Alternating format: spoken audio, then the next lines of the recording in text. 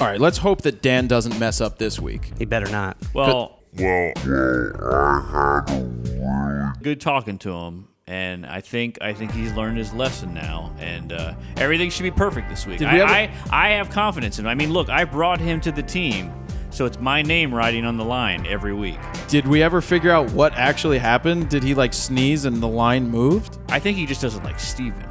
I guess not. Yeah, I don't know. Well, we'll see how hopefully this week goes well. Let's see how it turns out. Better not mess up, Dan. Don't screw it up, Dan. Don't, I swear to God. Last chance. One job.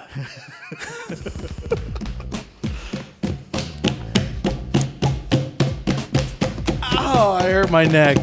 Not enough massaging in first class, I gotta tell you. First class. First class all the way. Sitting next to Vanna White. No, it wasn't Vanna White. It was some girl, some British. She may have been Australian. We were late to take off, so she was literally sleeping for 40 minutes before we took off. And I look over like an hour before we get there, she's still sleeping. I had to jump over her to go to the bathroom. Really? Yeah, I was like, should I give her the front or the back? Ooh. What'd you choose? I gave her the back. Hey. It's just easier when you don't have to look at them. And my ass is pretty big, at least though. That's what I'm saying. It Yeah, probably but like luckily rubbed up against your cheek. But luckily, remember a couple last flight when those two girls turned their knees, and remember that I couldn't get past them? Well, because I was in first class, it was easier to get past. Yeah. Oh, first class, you know. 4 feet of leg room. Go ahead. Yeah, she's like, go While we're ahead. sitting in the back like and my ass bounces right into her knee. Jared's badonkadonk just runs right across her knees. I'm like, yeah, no, this isn't going to work. My ass is too big. All right, let's get started. Jared Polin, FroKnowsPhoto.com. Welcome to RAWtalk episode number 215. Anybody who knows what 215 is, that's the area code in and around Philadelphia. The old area code. I'm not really sure you can get a 215 anymore. You can get a 610 or a 609. No, I thought 609 and an was 856. done. No, Morgan's cell phone is 215. Oh, is it really? Yeah, I think 609 was the old What one. are the next couple digits? None of your fucking business. Can I find that on YouTube? 267 is for losers. Oh, yeah, 267 is another Philly area code. Damn millennials with the new Yeah, that's the 267 losers. numbers. It should be... Anyway, let's get into some updates now that we're back. 2 weeks. It's been a while. It's been 2 weeks. How many weeks? 2 weeks. Some updates. What did we release? We've released the Canon EOS M5 user guide, as well as a Nikon... Brought to you by MyGearVault. As well as the Nikon D5600 user Brought guide. to you by MyGearVault. They're not brought to you by anybody. Todd, what's that sign behind you, actually? Oh my God, it's MyGearVault. They're actually more brought to you by the 11 Days to Better Photography. So we've been releasing... We are trying to do user guides for as many of the consumer-branded cameras as possible. It's a big because help. We put those out into the world. People find them. For marketing purposes, it's good. And also for people searching for those cameras, their first introductory to any of our videos, thankfully, is not Todd. It's a free... It's a free piece of education that's 40 minutes long, that's better than their user manual, that will save them a lot of time learning how to use their camera. It simply breaks down that user manual and puts it in layman's terms. Put out which memory card, which is one of the videos, which memory card is best for you, which is one of the 11 days videos. Yeah. But that went up on YouTube, but you can sign up at FroKnowsPhoto.com/11days, so you can get all 11 videos for free. And then I go ahead and ask you to buy something if you want to buy something later on. That's complete transparency. Because I don't try to hide shit like those other people that say free and then don't give it, and then it's not really free. It's like there's nothing to hide. I mean, these 11 videos are free, though. The 11 videos are free, and they're solid information. And if you'd like to get more information, and then there might be an then you can upsell. buy the video guide and use the discount code. There you go. That's what I have to say about that. An update is rolled out. By the time this has come out, there's a new update for MyGearVault on iOS, of course. It's for what? MyGearVault. Oh, I've never heard of If you're that. waiting for Android, it's 3.5 months roughly away. We are looking at the end of June, which is the fast track schedule to get it out there into the world for Android. So obviously it's been the plan all along, release on iOS, then get it over to Android after we work out most of the bugs and get users' feedback and all of that stuff. So it's in the works. We've already planned on that before we even released it on iOS. but now it's being built officially. 3.5 months. What are the new things that we've done? Select currency. Everybody wanted to be able to select their currency. I'm shocked we didn't think about that beforehand. It was just something that didn't get built into it. So we beta tested the crap out of that before the release. Well, didn't even think about it. We focused on the United States a lot. Sure, but you still had 2,000 Best country ever. beta testers. Even in the beta test, you're and right. Nobody really suggested it. Nobody really was like, well, how do I You'd get the think currency? one person would be out of the country, yeah. But anyway, it's there. So that's going to be under... It's kind of hidden because we don't want people messing up, because you can actually use a currency converter. So if you entered your stuff, say, in US dollars and you want to convert it to pounds, you can do that. You just can't go backwards. If you mess it up. That's one of the major things is currency, and anybody downloading it in the future, it will automatically select the currency based off of the region they're in. Cool. Automatic. That's done. Easily remove gear from the kits, which sucked to do before. It's kind of like deleting an app now on the iPhone. It's not jiggly. No, it's not jiggly. No, you just select. So you hit the 3 dots and you hit select items. You select what you want. You can copy them. You could move them to other kits, or you could delete them. Cool. That's easier. It only deletes it from the kit, not from your vault. And then the new video tab. In the video tab, there's a top carousel with the featured videos, and then other sections for categories and future videos we will be adding into there. We can add new categories. Do we want to talk like about the videos that are going to be added in the next week? Well, they're already added. The insurance videos. No, the FAQs. The FAQ videos. Yeah, the FAQs are up That's what I there mean. for you guys to check out. There's like, Really is helpful. MyGearVault insurance company? Am I Well, covered for the full value of my gear? How do I file a claim? All a lot of of common FAQ questions, yeah. Right, and I'll probably release those onto Facebook and the FroKnowsPhoto YouTube and get a lot of hate for it. Yes. But whatever, it works because people sign up. I just like to, thumbs down. Todd, guess what time it is? Well, there's a clock over there. Hammer It time? says 2:18. What time is it? It's time for a plug. Oh! It's the biggest time of the year, and it's not MyGearVault. It's Dave? Hold on. And here's this week's plug. Let's say something inappropriate and lose another sponsor. It's Rode, Todd. It's Rode. Let's not say something inappropriate. Let's not say something inappropriate, Dave. The irony. Guess what is back? The My Road Reel Competition 2017 with guess how much in How prizes? much? Todd, guess how much in prizes? $3 billion. $152. Wrong. Steven? $275. No. Dan? Yes. You don't have a microphone, so shut up. $500,000 in prizes. Holy jeez. I went down the prize list, and look at this. I'm going to read my notes because there's 25 different categories to win prizes in, by the way. Wow. Okay. My Road Reel 2017. You can go to myroadreel.com. Let me spell that for you. MY, all one word, RODEREEL.com. MyRoadReel.com. There's a 2-minute video there that explains everything to you. But how do you enter? You make a 3-minute video maximum of 3-minute video short film. And you have to make a 3-minute behind the scenes featuring a Rode product used. Gotcha. So you don't need to show the Rode product in the actual video Short that you film. make, the Yep. short film, but in the behind the scenes showing it. That could be a lavalier. That could be a boom arm. That could be any of this shotgun stuff mic. that you see. It could be the video Smart mic Lav me, Plus, something yeah. small and simple like that. Or NT2. to be honest with you, I bet you they would take something if you. Should I even? Damn it!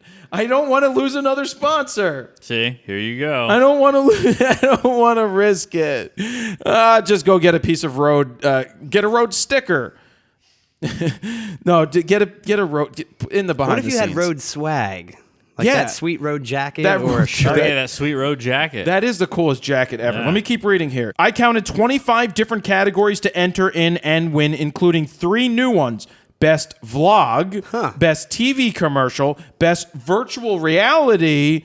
Dan, scroll the list of categories across the screen really fast so nobody can read it. Perfect.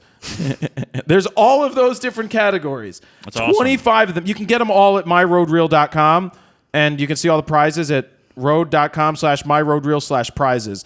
Oh, yeah. There's a prize for best BTS educational video, by the way. We can all enter. I verified this. We can enter, guys. We can enter? You can enter. So if you make a short film, Can I just do a behind the scenes clip of RAWtalk right now? And Exactly. Send it in? because it has how many Rode microphones in Hold it. on, I'm doing mine right now. But no, they actually have for educational stuff. Yeah. If you have an I educational, don't say anything smart. So you can win something for that too. Check out the 2-minute video launch over at myroadreel.com. And that's the Pluggy McPluggerson of the week, and we didn't offend That's the awesome. sponsor. Good for them. exciting. It's so simple. You have nothing to submit lose for that. Yeah. Yeah. And go look at the list of the prizes because there's $500,000 in prize. Last year was $300,000. I was going to say, what was it last year? I think it was 300. Wow. That's amazing. Keep up in that ante every year. You have nothing to lose. Yeah. Nope. But fear itself. Why was I in LA? Why were you? Tell us. Let's talk about LA. So I was in LA for a YouTube event. They brought in 40 creators for a summit on something. I forget what the hell they called it. It was Money well spent, apparently. Thanks, Todd. Yeah. No, it was a summit listening to people talk. Glad was- you paid attention. No, it was about. I did, dude. I was I was the front row. I guarantee left, you were, and yep. I didn't raise my hand. I just talked whenever it was time to talk. It makes sense. Yep. Didn't raise my hand. Google, Mr. Google. No, he's like, Jared Polin, Mr. Fro Google. knows photo. No. Mr. Google. All right, fine. You. Yeah, hi. I had a question. That's not how it works. My name is Jared Polin. FroKnowsPhoto.com.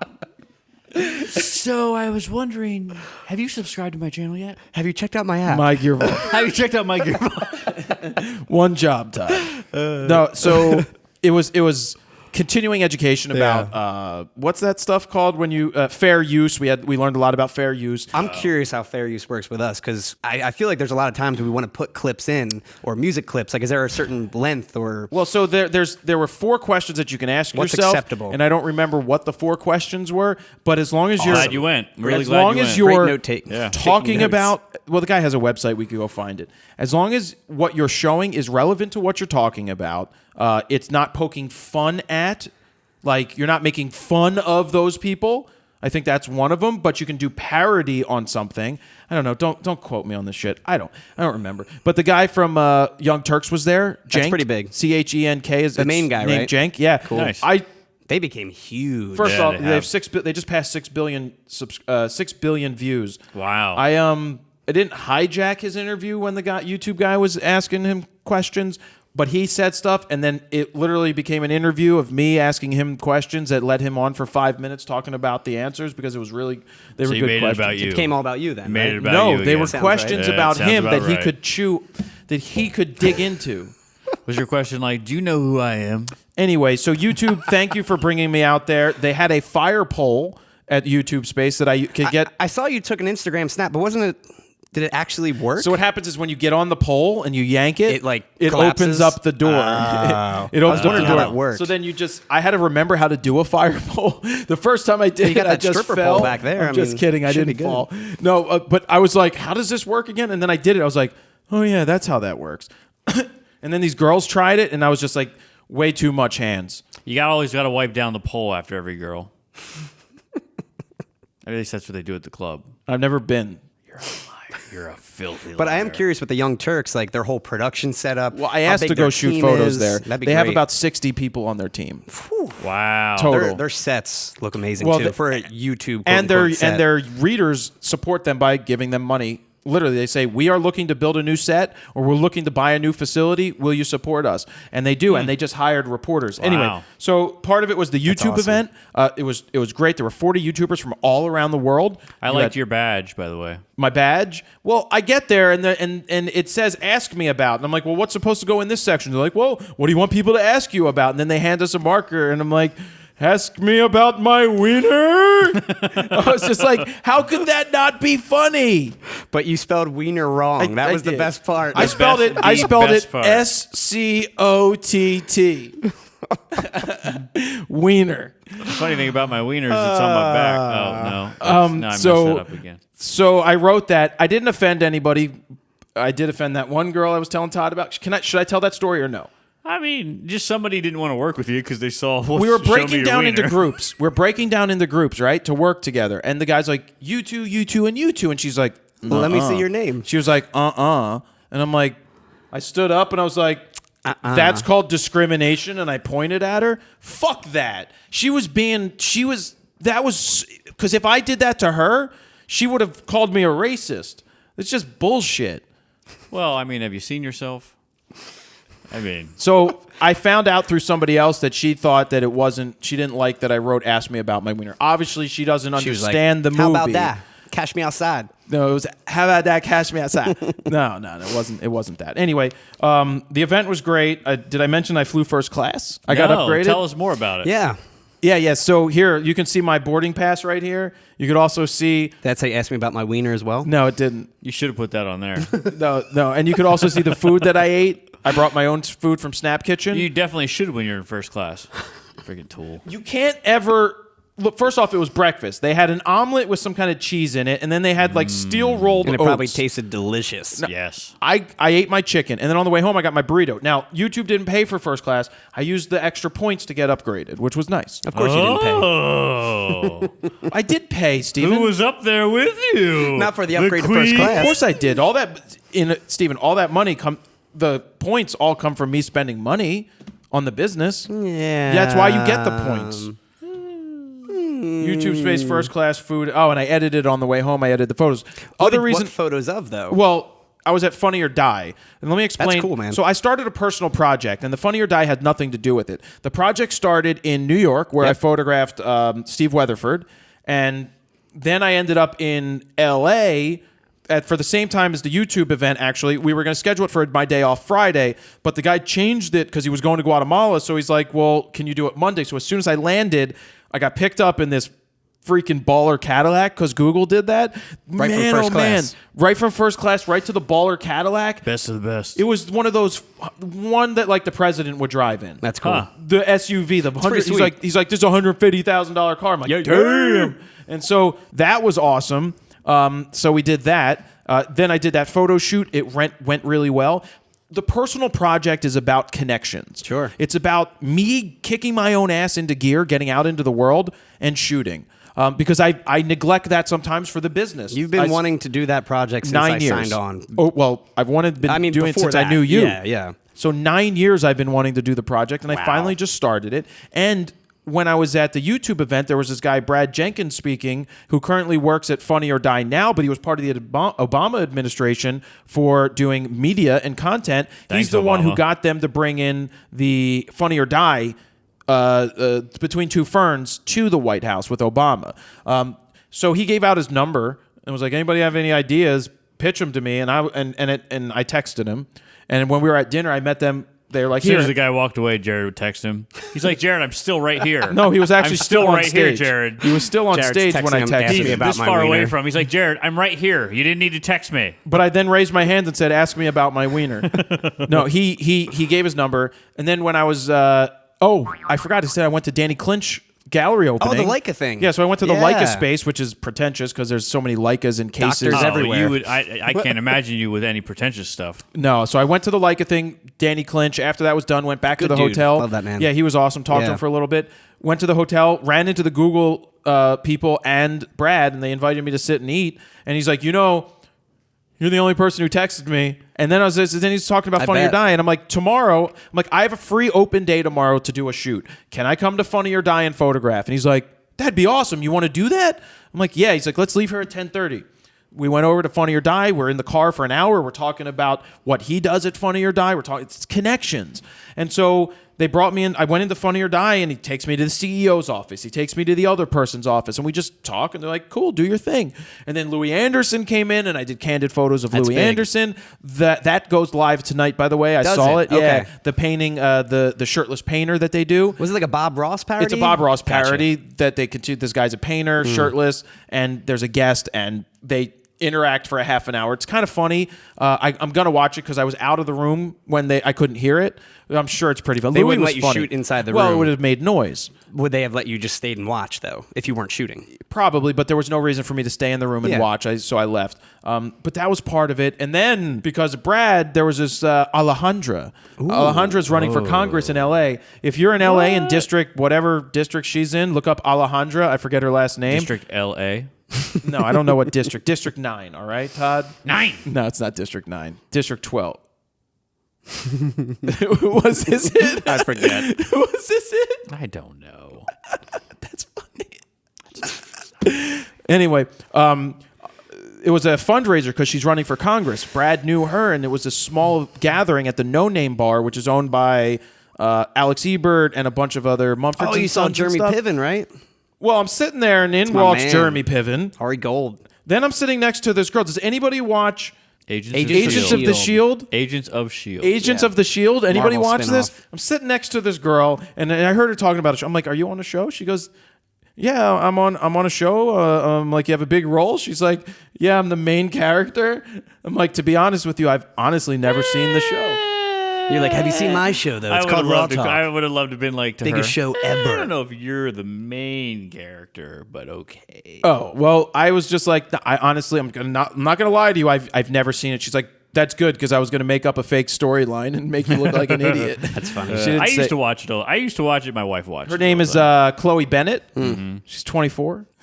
Yes, she is. What's up? Yes, she is. So there was that, and then Teen Wolf. I didn't know that was a thing. So the guy That's from on Teen MTV, yeah. guy from there was Teen Wolf was there. See, I and there cut was, my cable, so I'm a cord cutter. I don't really know much of these current shows. I know this is long-winded. Unless it's Sorry, Netflix hipster. or Sorry, something like that. hipster. Yeah. You guys were right. This is going to be long. She was there, the Teen Wolf guy, and there's just cool people. It's called networking. But Yeah. Yeah. it is. That's It's all we about ever want people you to you do. It's meet. great. And I ended up there because I went to the YouTube event, but also did my other photo shoot. And through the photo shoot, I ended up being in a room with Scooter Braun. Scooter Braun. I was in two meetings with Scooter Braun throughout the day. Who's Bieber?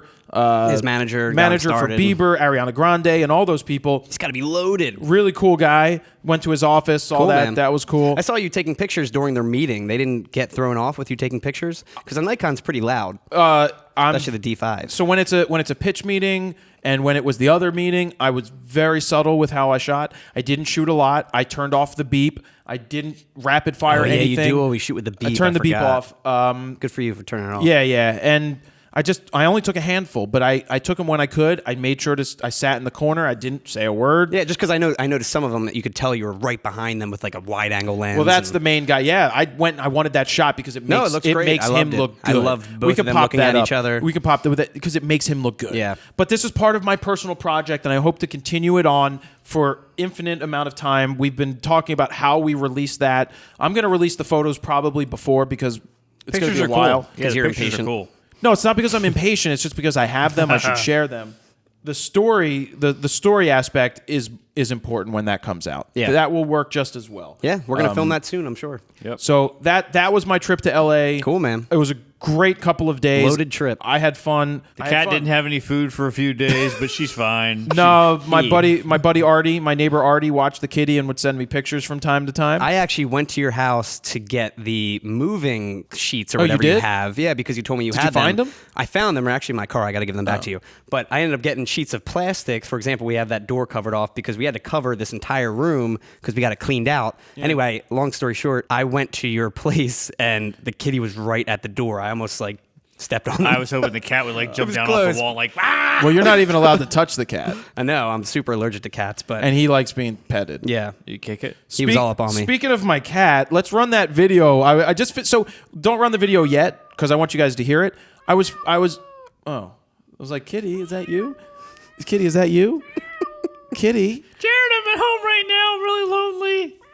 I was You making left me for a a whole rapid week. fire critique, and at the end, I'd let the camera take pictures of me for a screen grab for the thumbnail. Yeah, your screen grab.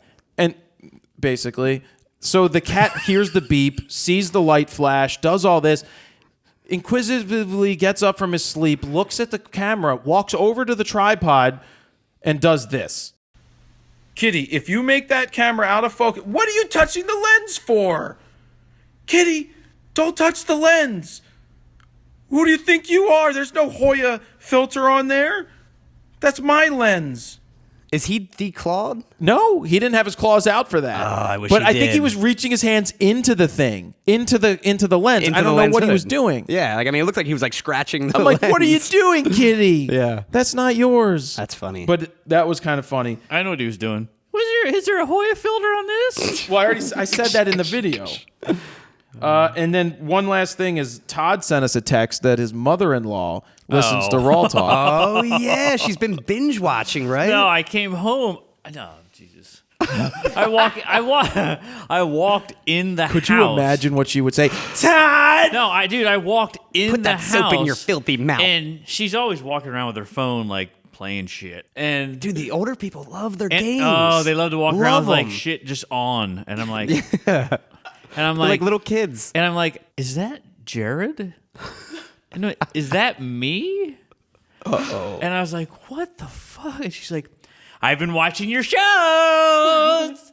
It's like, oh my God, help me. Well, then I come to find out, though, after I text you, she was watching Fro Knows Movies. Oh. So it wasn't so bad. Oh. Yeah, that was, you guys were pretty clean. Yeah, in that was pretty tame. Yeah. And I was like, oh, those are old. And she's like, yeah, they're pretty fun. I was like, because at first I was like, man, and they're short. I was like, they're pretty rough around the edge. She's like, oh, I think I understand it.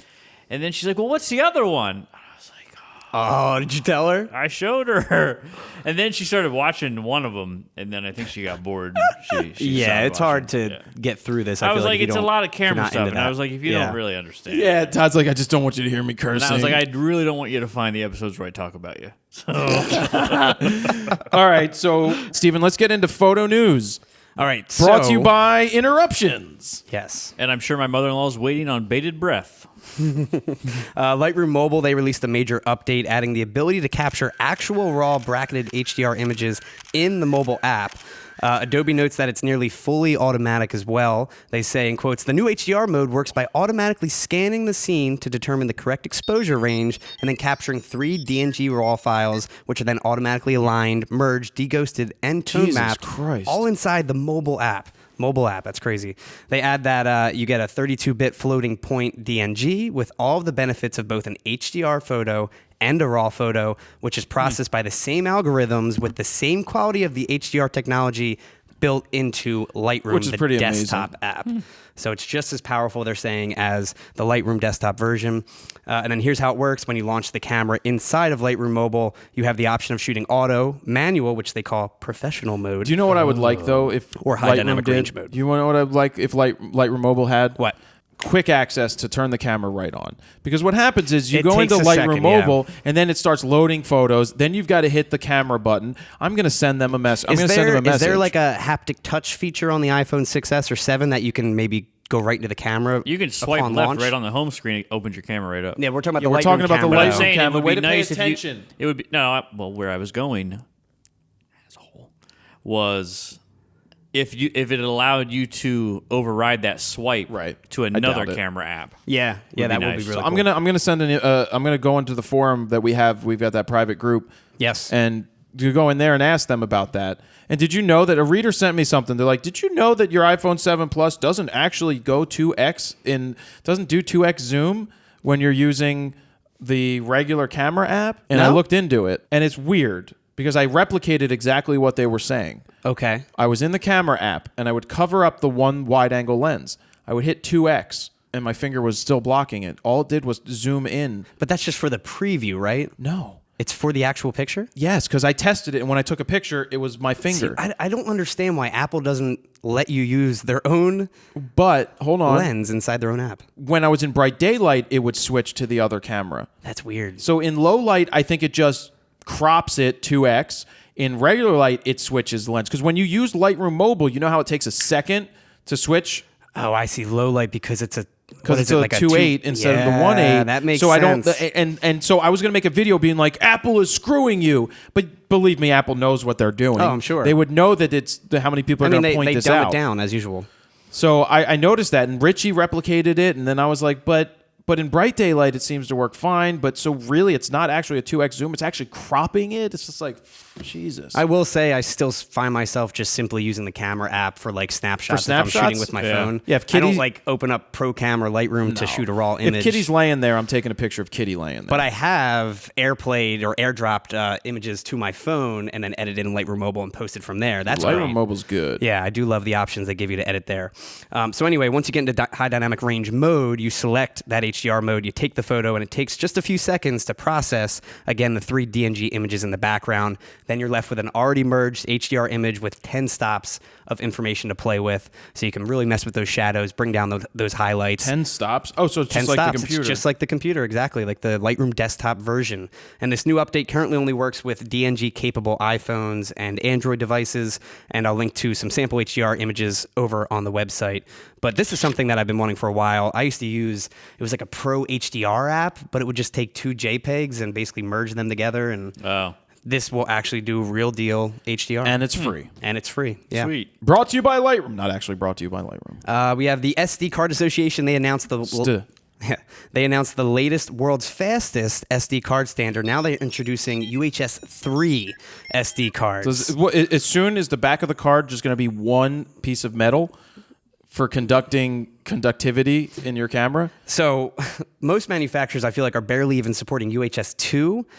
It will probably take a few years to get this to become the actual new industry standard. Like Canon, we'll get UHS 2 in the 5D Mark No, you won't. 5. You're gonna Exactly. No, you know what? When everybody else has the UHS 3 3 or 4 at Well, that point. Actually, the 5. I got this. they're so far behind on their Guys, SD I have a card rumor. slot. I have a new rumor for you about the 5D Mark IV. Breaking 5. news. Yeah, breaking news. It's going to use smart media and maybe have an XD slot as well. Oh my god. Olympus or Fuji Best. XD or whoever Smart the hell media. made They that. were those thin little floppy disk looking things. Yeah, but they only went up to 32 megabytes, Yeah. and they were expensive as shit. I remember I had one for my original Casio camera. When I worked at the lab for 6 years, literally maybe 2 people that entire time brought in a smart media.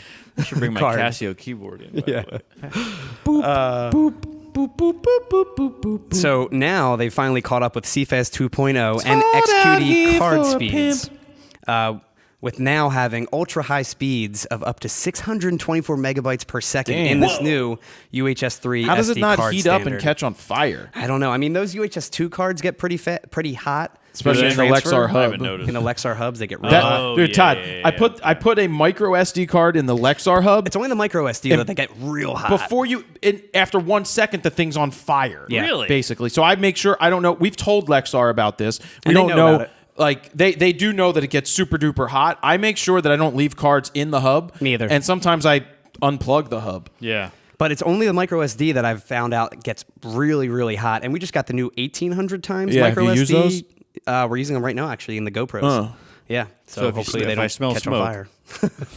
That's right. Do we have a fire extinguisher here? Of course not. We've got that 100-year-old one downstairs, right? No, the Where is the chemical bomb. It's in the apartment side on top of the shelf. Is that legal to have that? Yeah, they don't make them banned 'em? anymore. Well, because what happens, it literally sucks the oxygen out of the air. That's good. It'll kill the fire and it'll kill us. It's this ball of chemical that you throw at it and it breaks. Like Pokemon? basically. Oh yeah.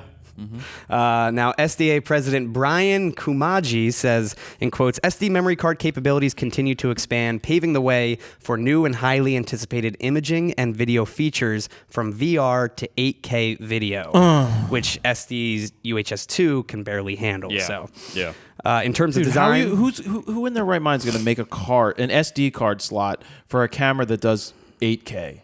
I love the XQD card, by the way. I mean, a lot of the high-end cameras will take SD as like a proxy slot Yeah. or something. Yeah. But not for for the main 1080. media. They'll But, need mags or something. man, the XQDs, man. When I traveled to LA, I have two 128 gig cards in there, right?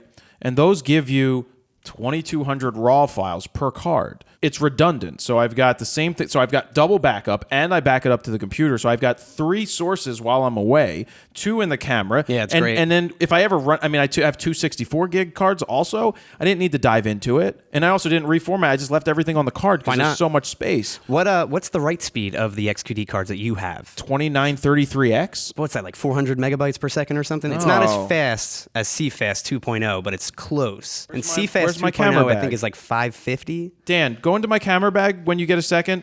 In the front, open the lid, and in the front, go to store.FroKnowsPhoto.com to check out the bag Dan's looking at right now. In the front, there give 'em should away be- all the time, so there don't should worry be about buying it. There should be a pixel. There should be You a, might win one today on the wheel. a pixel pocket rocket. It's in front there where the So red while thing he's is. doing that, now in terms of design, this will have the same card pins as the current UHS 2 cards, and it'll also be backwards compatible with all current SD cards, which is always a good thing. And the new visual mark will be 3 eyes. Oh my Crazy, gosh. right? What did that? UHS That's 3 amazing. with 3 eyes. Always breaking new ground. Mind Always blown. Yeah, that's weird. Artane, yeah, that. Thank you. Now I'm No, curious. just bring it this way. Will this mean better codecs and compression and maybe H.265 in cameras? You never know. So the 64 gig ones are here. These are 2933X. It doesn't say the actual megabytes per 440, second. 440. And I think That's the read speed. I think CFast 2.0 is like 525, 550, and this is 624. I just love the form factors of these cards. Oh, They're it's great. smaller. It's basically it's an a solid state SD drive. and compact flash merged, kind of. It's like they had a Form baby. factor-wise, Except yeah. there's no pins to break, and they're not that expensive, and they're super fast. CFast 2.0, on the other hand, they're really expensive. Really still. expensive. Yeah. Now I'm curious how much UHS 3 is going to be in the SD card format. UHS 2 is still pretty expensive. That's what you have. Yeah. The ones for your 5D. What did Yeah. it cost you? $100 for 2? I think so. 264 I don't remember gigs? now. Yeah, It's not something terrible. Like that. Yeah, When they came out about 2 years ago, they were real expensive. yeah. Don't So- cheap out on cards. Yeah, but again, I don't think this is going to come into a camera for another year or two because it always takes them a while to catch up. Then we have PS4's latest game, Horizon Zero Dawn. I think you have this, Todd. I do. Sports a new photo mode inside that gamers are going nuts over. At any point in the game, you can bust out the virtual camera and start taking photos of your environment. It's a pretty game. You tried it's, this? It's all outdoors. It's weird. It's It's visually stunning. It looks it's like really a cool. sci-fi game, and folks are kind of like not cavemen, Folks. but more like hunter-gatherers with like bow and Neanderthals. arrows. Neanderthal, yeah. Kind of, but they're not Neanderthals. They talk like you and I. So, but let all me the guess. animals. Wait. All the Jesus- animals are like robots, Tarzan. Jesus and dinosaurs were there at the same time? but they're robots. Wait, Wait, Westworld? what's robots? So all like the big animals that run around are robots, Oh. and these people are like Neanderthals, kind of. It's almost like Avatar where it's mixed with So it's current really- technology and And I haven't finished the game yet. I'm assuming you're going to figure out how this all came about. Huh. But this camera is fully manual as well. You can set the position of the camera, the field of view, the aperture, the focus. You can play God and change the time of Can day. you take a selfie? Which is pretty cool. I don't think you can. I'm not sure. it probably depends on how you put your How you character. angle it. What yeah. if you went up to a stream and your reflection was in it? Ooh, that'd be a good one. so artsy? I'm going to try that. So artsy. What if you Jared. find Jennifer in the So game and you're like, artsy. Jennifer, can I take your photo? I'm super judgy, though. They use this system, I think, when they're showing like cutaways when people talk. Okay. Super judgy with their camera placement. I'm like, Really? That over the shoulder is terrible. I think they crossed the line there. So you can also apply color filters. You can add a custom vignette. You can do all kinds of things. And I like Vignette. that it actually says aperture. It says focus. Like Yeah. you can kind of learn how to use a camera. Yeah, it's pretty cool. It's pretty cool. And it's all in real time, adjusting the aperture, adjusting the depth of field, all of that. And you can see a preview video of what it looks like being inside the game and using this specific virtual camera. You know, Looks it interesting. got me thinking back. When I was in high school, 1997 was my first year, so 10th grade. I was in like 5th grade. There was this was in computer college. game. There was this computer game that they I had. was 40 by then. There was this flash computer game that they had on the computer that was for photography. And I remember you would change the shutter speed as a demo. Now, it wasn't as in-depth as this. Oh, of and then, course, yeah. like, a race car, a Formula One car, would come around the bend. 8-bit. And you would take the picture. And then at 1/125th of a second, It'd be blurry it would be or- blurry. Wow, that's And fun. then you would speed it up at 1/1000th. You would take a Freeze. picture. That's cool. And you would freeze. And you Will they started to let you pan? understand it. There may have been panning in there, but it was the basics. But that got me thinking right now is that, Jesus, I wish there was somebody around that made videos just like that. I know, man. Seriously, no, but seriously, If only. If but no, only. that's what threw me then. Like, I was like, wouldn't it be great if the teachers actually taught this way instead of standing up there doing formulas and numbers? That visually or Yep. physically you go do it. Yep. Visually, it's huge, especially Mm-hmm. with explaining aperture. I think that's the biggest thing that people need to see visually. That's why with the 3 shots or less too. Yep. You watch it get built. Yeah. And then you leave a comment that says, I wouldn't have done that. Just look through the EVF. One shot and I'm done. You spot metering. Yeah. Well, no Use my shit. phone. Now, it looks like a lot of these games now, I guess, are doing these photo modes or something. Well, they're so I pretty. mean, you know more than yeah, me. Yeah, I think it was Because we've talked about Last this of Us before had in one, previous and I games. think Uncharted might have had one. It's just the games are so pretty that Do gamers people, like to take screenshots usually? Is that in- why in, they're... in the system you can take a shot of any game. You Of can literally course. do a share and do a screenshot. Yeah. But moving like the camera around, 360. that's only like in the big like AAA titles, like the major ones where people spend. But this game's like 30 hours, and it's beautiful. So Wow. you're going to spend a lot of time in it, and you want to show your mom you haven't left the house for a month. So But I have all these beautiful pictures. I have put it on like, Instagram. Daddy, I left the house in the game. Daddy, stop playing video games. I gotta make some YouTube videos. Daddy, the house is on fire. Hold on, I'm dealing with aperture. There's not. They don't have 12,800 on here, son of bitches. So scientists are planning to capture the first ever photo of a black hole later this year. Dubbed the Event Horizon Telescope, the project will use 9 radio telescopes that will all be pointed at Sagittarius Good, because A, nobody else is listening to radio, so they might as well put them to use. which is the black hole that is 25,000 light years away. That's what they're going to be Black taking a hole photo of. sun, won't you come and take away the rain? Black hole sun, won't you come? Won't you?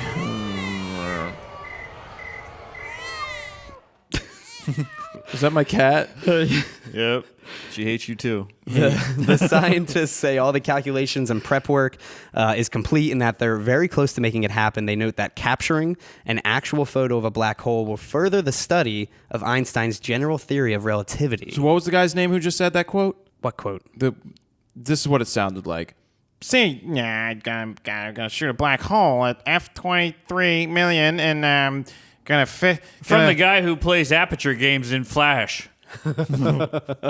Nerd. Yeah, this was just the scientists generally said that. There's no specific scientist that said this. I'm a scientist. I'm gonna go use some DNA storage to take some photos of the black hole. Now they say there are quite a few challenges that need to be overcome to take a picture of a black hole. Steven, we didn't say you could. What the you could hell do was voices. that? You're not allowed to do voices. It's Steven. something that's extremely Dan, make small. sure you take that out. In He's the not allowed sky. to do voices.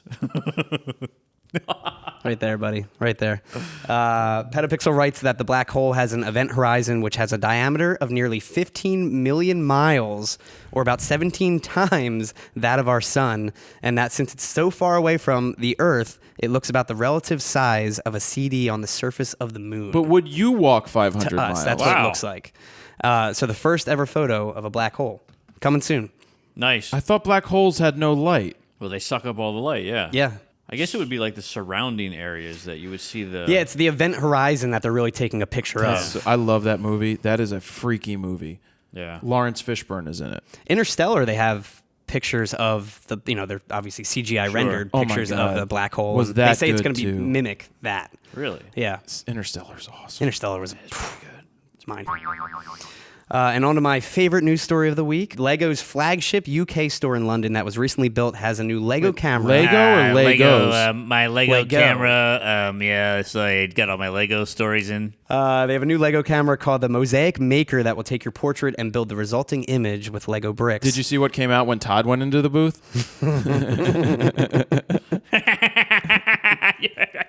I couldn't see it. It was just so tiny. There was one skin-colored block in the whole picture. Steven one tried by to one take block. a picture, but it slipped out of his sweaty hands. Probably.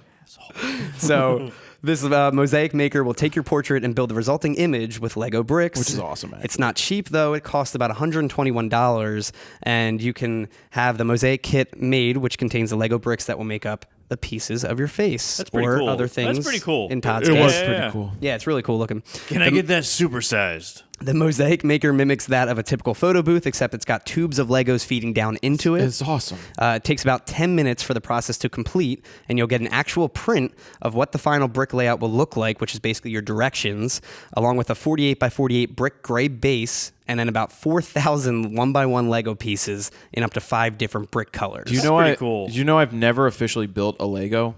Never? I played with set? Legos. I've never followed directions on building a set. We I used don't know to if just you know, but I kind of love Lego. I know that. We just freestyled when we were kids and just made stuff from pieces. I didn't even know they came as kits. Really? Yeah.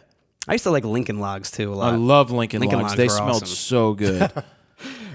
So I used to eat them, try This to will eat them. also come in your own custom Lego box too. It like prints out of the machine. the front a door. box, everything. And where is get one this of at? This is in London. Can we go?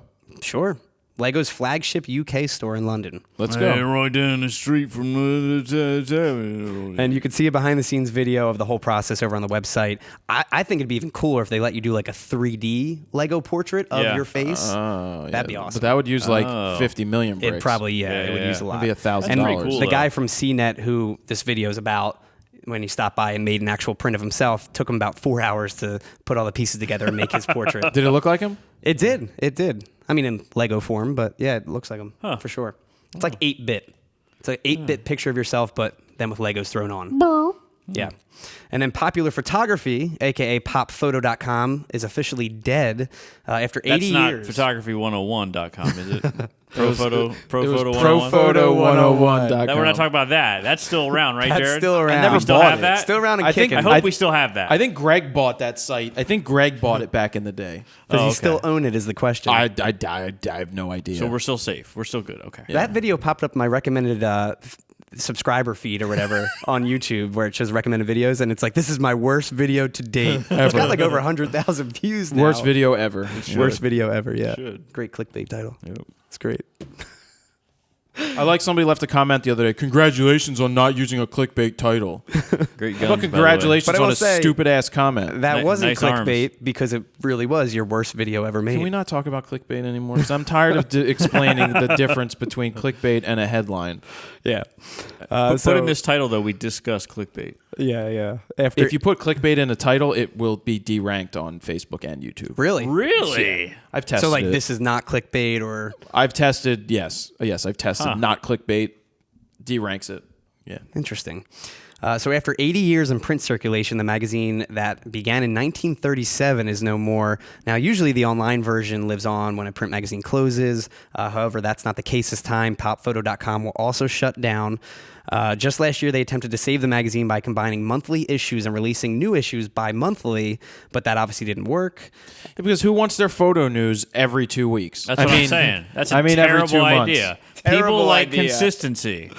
CEO Eric Zinczenko says in our most recent town hall, I spoke of how the pace of disruption through digital and technological advancements is unprecedented. Where have you been for 10 years, Zinkman? Well, let me get to it. So unfortunately, the photo industry is an example of where this disruption has forever altered the market. The rise of smartphone camera tech and its increasing ability to capture quality photos and video First off, and instantly share them socially has dealt the photo industry formidable challenges. yeah, well, the formidable challenge comes in the way of YouTube and people like me, Todd, Steven, not Dan. Not Dan. I've seen his test footage. All of the other photography people that make videos on the YouTubes, because there's a lot of them, that's the ever-changing world of the photo industry. And the fact that they didn't jump on that 10 years ago, Stubborn. Yeah. And he goes on to say, for our brands, PopPhoto.com and Popular Photography, these industry challenges have left us with insurmountable losses in advertising and audience support. that's the problem, is the advertising. Yep. Yeah. If you're beholden to advertisers 100% of the way,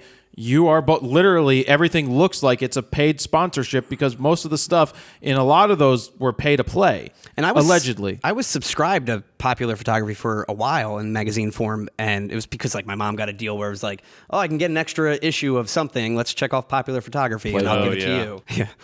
So I was subscribed for about 3 or 4 years, and it was good, but definitely toward the end, it was 90% ads. Steven, do you want Men's Health or do you want Pop Photography? How about Hustler, this new magazine, or do you Playboy? want Boy's Life? Or Yeah. do you want What's this, Hustler? Maxim? Playgirl? I think you want Playgirl, right?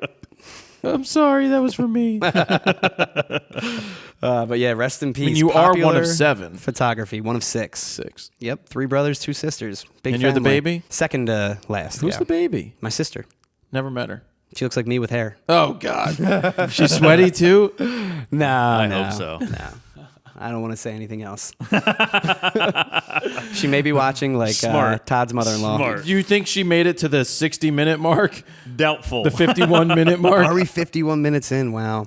So moving forward, we got photographer Robin Geimer. He converted his Sony NEX3 into a digital back for his Nikon FE film camera. And here's how he did it. He stripped down the NEX3 to its bare essentials, exposing the sensor. He then simply fused the camera to the Nikon's film door, which allows the sensor to basically sit at the same plane as the film. And he then set the NEX3 digital back to only capture, get this, 5-second exposures. So then he set the same ISO on both the film and digital camera. This way, no matter the exposure, the Sony camera is only capturing as much or as little light that the film camera lets through via the aperture. He says the hard part is getting used to triggering both cameras, being the Sony first, then the Nikon. Now, if he's over 5-second exposure, obviously this method will not work. But if it's a quick exposure, like 2 seconds, he's got to trigger that first. That exposes for 5 seconds, and then he triggers a Nikon, which is the actual correct exposure. I thought it was pretty ingenious. Cool, man. Yeah. Nerd, but okay. Now, if he ever wants to use the Nikon as wrong a with film the camera again, he simply removes the Sony from the back and just reinstalls the original door, and he can still use it as a normal film camera. That's cool. And you can see a 15-minute video where he demonstrates how he made it and how it works over on the website. I mean, he basically just gaff taped the crap out of this camera and slapped it on the back of the film camera. Brought to you by Gafferpower.com. Power.com. Whoa! What's the code? Did I write it down? Well, while you're looking for that code, we actually have a ton of it in the back of your angle. You did. can kind of see a mountain of gaff tape. Code Fro15. Fro15, 15% off at Gafferpower.com. That's exactly how he taped it on, Todd. Taped what? Taped the Sony NEX3 onto the back of the Nikon camera. Oh, I was taping a hostage. No, he's putting tape over his Apple camera. Yep. Nikon has responded to their God damn it.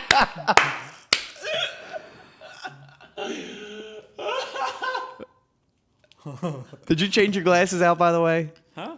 Are they your reflective glasses? No, these are the other ones. No, these are the right ones. Yeah, they're scratched up now. They are not. All right, all better. So Nikon has responded to their user base after the announcement of their extraordinary loss, noting that they will focus on medium to high-end DSLRs and lenses from now on. And their quote-unquote aggressive approach also still includes the release of a high-end compact camera down the road. However, they say they will pare down how many models they release. Oh, gee, that could have... Anybody could have told you that one. Yeah, I'm pretty sure you told them that one. Let's have 27 models. They also note that they will... I like so many choices I can't choose. That's great. The GoPro method. Yeah. They also note that they will craft beer focus method. their resources on mirrorless cameras, too. Oh, really? They did, yeah. They said Gee, I mean, it took a rocket scientist to figure this shit out. crazy. Now, on the opposite end, Nikon also released some decked-out limited edition models of their Nikon D500 and D5 and a few lenses.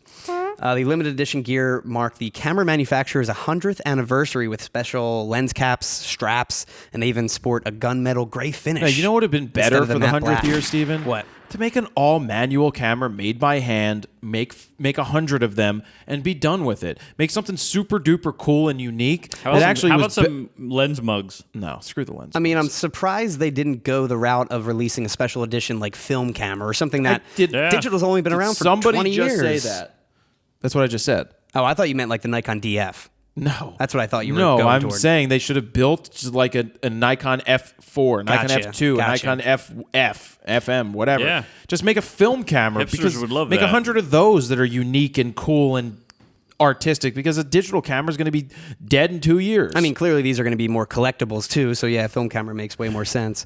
And then the special edition lenses, they include the Trinity, the 14-24, 24-70, 70-200. Really? They're also gray and black with a 100th anniversary marking on their side. Oh. And there will only be 100 of these. Crazy, right? Keep 'em 100 plastic, for 100th though. anniversary. That's the only way they'll keep their value. Now, 100 of these kits, which is the D5, the D500, and all three lenses. all of them? All of them. Yep, that's I'm one going to kit. get two. $23,000? One to actually play That'll be with, made and then available one to put eventually on myself. for purchase. but $23,000? They haven't announced it yet. No pricing yet. I'm not sure when they're going to announce it or when they're going to sell it, but they did say they're going to sell it eventually. I think it'd be cool even if they just sold the lens caps separately or the straps separately that you can buy as a collector piece or That's whatever. true. You know, Yeah. I don't want the whole camera. I already have Yeah. a D5 or Yeah, a that's D500. Just give me the... And you're not a doctor or a lawyer, so... Exactly. Almost done photo news. A company called Style Shoots have designed a new fully robotic, all-in-one fashion studio that they're calling Live. Does it use a Relunk? Doesn't use a Relunk. The Smart Studio has its own depth sensor, and it uses a built-in 1DX Mark II camera. Wow. And a few high-end LED panels. Right there. Don't move. Which- Perfect. Give it to me. Now take my pants off. And they can all be controlled via a pretentious iPad Pro. Perfect. Style Shoot's goal is for companies to have content in both video and still form in an all-in-one package on the same day. It will even spit out various video formats for every type of social media, they say, whether it's Instagram, Snapchat, Facebook, with 4K, 1080p. Basically, they're taking video and stills of this subject or model and then, dishing it out in all types of various formats for that company. RoboKnowsPhoto.com. So no word on price, but the company simply asks you to request a quote if you're interested, which means it's probably insanely expensive. Do it. Or you can lease it for a 2-year contract minimum. Oh, good. I mean, we've got plenty of space in here. Let's we can do lease it downstairs. Nice. Yeah. Nice. And you can see the introduction video in full over on the site if you're actually interested, which you're probably not. So, and moving on to cinema news, Blackmagic has announced the 4.6K URSA Mini Pro, which is essentially the URSA Mini 4.6K with Pro features, like the name suggests. Oh, I thought they just added Pro to the name. pretty badge. crazy, right? That's what I would do. Blackmagic Because says if you put your finger over the second lens, it doesn't really work. they say it's basically 3 cameras in one: a high-end digital film camera, a broadcast camera, and a live production camera, all in one. And a webcam. And notable specs include a Super 35 Selfie cam. sensor with 15 stops of dynamic range, a built-in 2, 4, and 6 stop Does ND anybody filter. use these Blackmagic cameras? I think Yeah, these are some pretty people big. do. Yeah, I mean, some people do. Oh, and I think in the My Road Reel competition, some of the prizes are Blackmagic cameras. Well, what I love about the Blackmagic cameras is they're fairly inexpensive when it comes to high-end Yeah. film cameras. true. Well, Yeah, not film yeah. cameras, but digital cameras, yeah. Yeah, you can get some high-end features at a smaller price than some of the other exactly. So it's got a bunch of other manufacturers. specs, too. I'm not going to get into them now, but you can buy it for $6,000. And it also includes a free copy of DaVinci Resolve Studio, which is usually about $1,000. And what's the resolution? You said the resolution? 4.6. 4.6K. 4.6. And What, you don't pay attention to photo news? It'll shoot cinema DNG RAW at 513 megabytes per second Wow. at up to 60 frames per second. Wow. So it's not bad. I mean, that's packing a punch for $6,000. And it'll even do 4K UHD in ProRes up to 444 You know, XQ. Steven, it doesn't even matter what camera you have because it's It's all about your story. It's all about your story. All about your story. Hashtag trademark. I mean, if only someone said that. Yeah. And that is it for photo news this week. All right, way to go, job. photo news. 2 weeks late. Black You're welcome. holes, black holes, black holes. All right, so there you have photo news. Coming up right now is a special shortened interview with my partner in MyGearVault named Steve Bellosi. Now, he is the insurance side of MyGearVault. He's the handsome one, by the way. Yeah. I mean, you'll see. And buff one, too. Yeah. No, definitely. I'm actually- he's I'm in definitely better shape. Really Definitely buff. way Nope. bigger. Super tall, too. Yeah. Like, we don't need apple boxes with him.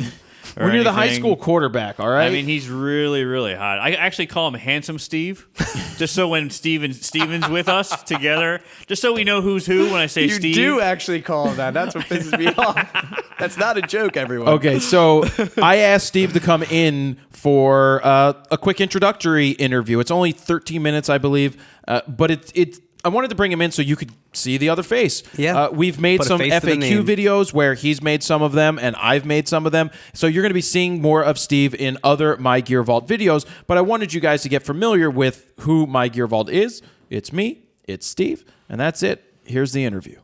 Steve, first off, thank you for being here.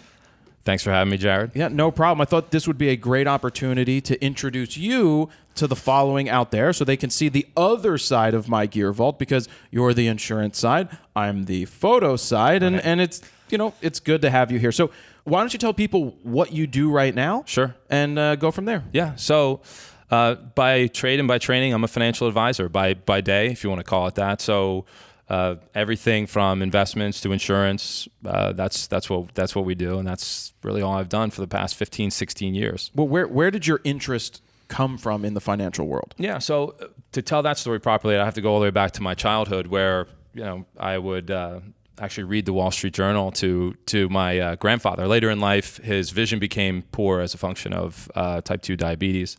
So I got to learn about the financial markets from him. So he was a very successful entrepreneur, did very well for himself, which was also very intriguing to me. So I've always had that entrepreneurial bug. But I learned at a very early age what a stock was, what a bond was, what a mutual fund was, how to, what financial products were. And it was always interesting to me. So that's really where it started. So I was kind of migrated toward a business curriculum. I wanted to know as much as I could about financial products. But at the end of the day, my passion as a child was sports. I played, if there was I played one sport a season, sometimes two. But I always knew, and the advice I was always given, you always have to have a backup plan. Because if you're not in that 1/10 of 1% that gets to play professionally, you better learn something along the way. Right. So you were playing football in high school. Football, baseball, basketball, sure. But you went to college for?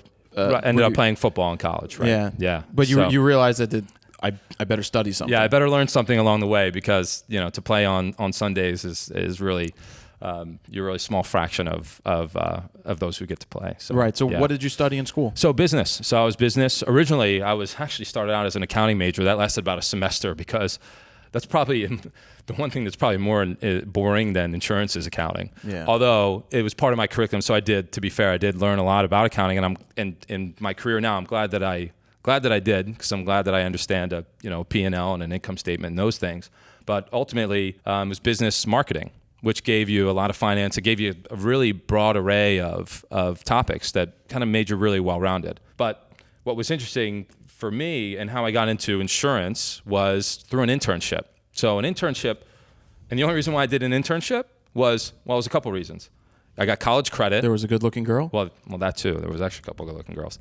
But you got college credit, and you got paid. So I'm like, this is great because as a college kid, as you know, we're all poor, right? So it was like a $200 a month stipend, and $200 when you're in college, you're rich. Yeah. So it was actually a financial services firm, and I'm like, this is great. I love the markets and all this other stuff. And part of the curriculum was getting an insurance license. So I actually got a health and life insurance license while I was still in college. So I started to learn about the insurance business all the way back then. And so to age myself, I mean, you go back to 2001 and 9/11 and things like that. So you really learn the importance of insurance planning and how that impacts people's lives and everything. So it's really meaningful work because to me, I was all about investments. I wanted to learn the markets. I wanted to learn everything I could about stock options and how to create a diversified portfolio and all these cool buzzwords you hear. But there's a whole other side of financial planning that is related to insurance that I had never even thought of, considered, and it sounded very boring, not sexy, not cool, but it's so important. So talk about what insurance companies you've helped start. Like what types of them? Yeah, so a number of them, particularly around the medical professional space. So a lot of my clients are doctors, surgeons, surgery center groups, and if you know anything about that space, it's a big ticket item for a doctor, right? So some doctors literally pay hundreds of thousands of dollars a year just for malpractice insurance. So we'll create companies around those risks, but you can create an insurance company around any type of risk. But so that's really, those are the type of companies I've specialized in, in the medical community, building over those things. What, last 15 years or so, you said? Yeah, so I've been in the business actually 16 years now. If you want to go all the way back, I mean, I got my insurance license in 2001, my first insurance license. So yeah, you call that 16 years if you can believe it. It's interesting to hear your passion about it because you're obviously getting passionate about, you love the financial world and you love the insurance world, which like you just said, isn't exactly sexy, but there's this whole thing that the reason we decided to work together with MyGearVault is because we knew that we could make something for inputting and organizing, and protecting is something that most people out in the world don't really know about. Right. There's not a lot of education on the insurance of the photography world. We could have put the app out, and we debated this. Right. Do we put it out without the insurance offering at first to try to get people interested in just using it? And then it just made no sense to not actually have the protection part.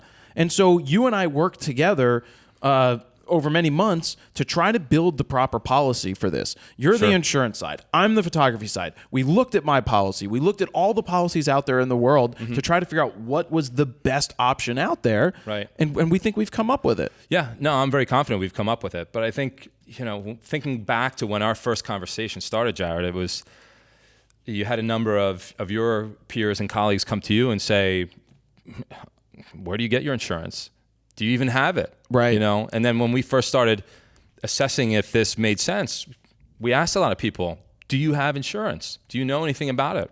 And what we found was that most people didn't even have it. But they would like to know more. They'd like to know more. And that's a good point you brought up, because I remember so many emails coming in like, where do I get insurance? And I wanted turn them to the insurance agent I was working with. Right. But then I was like, there's got to be a better way. That if this person's asking and that person's asking, Sure. we can make something that is good for people because they can input organize their gear and know what they have and what it's worth. And then we can come up with something that helps them protect it finally to understand it. Right. I mean, that's the whole point of MyGearVault. To input, organize, and protect your gear so you know what you have and what it's worth. Right. We want to make it easier for people to...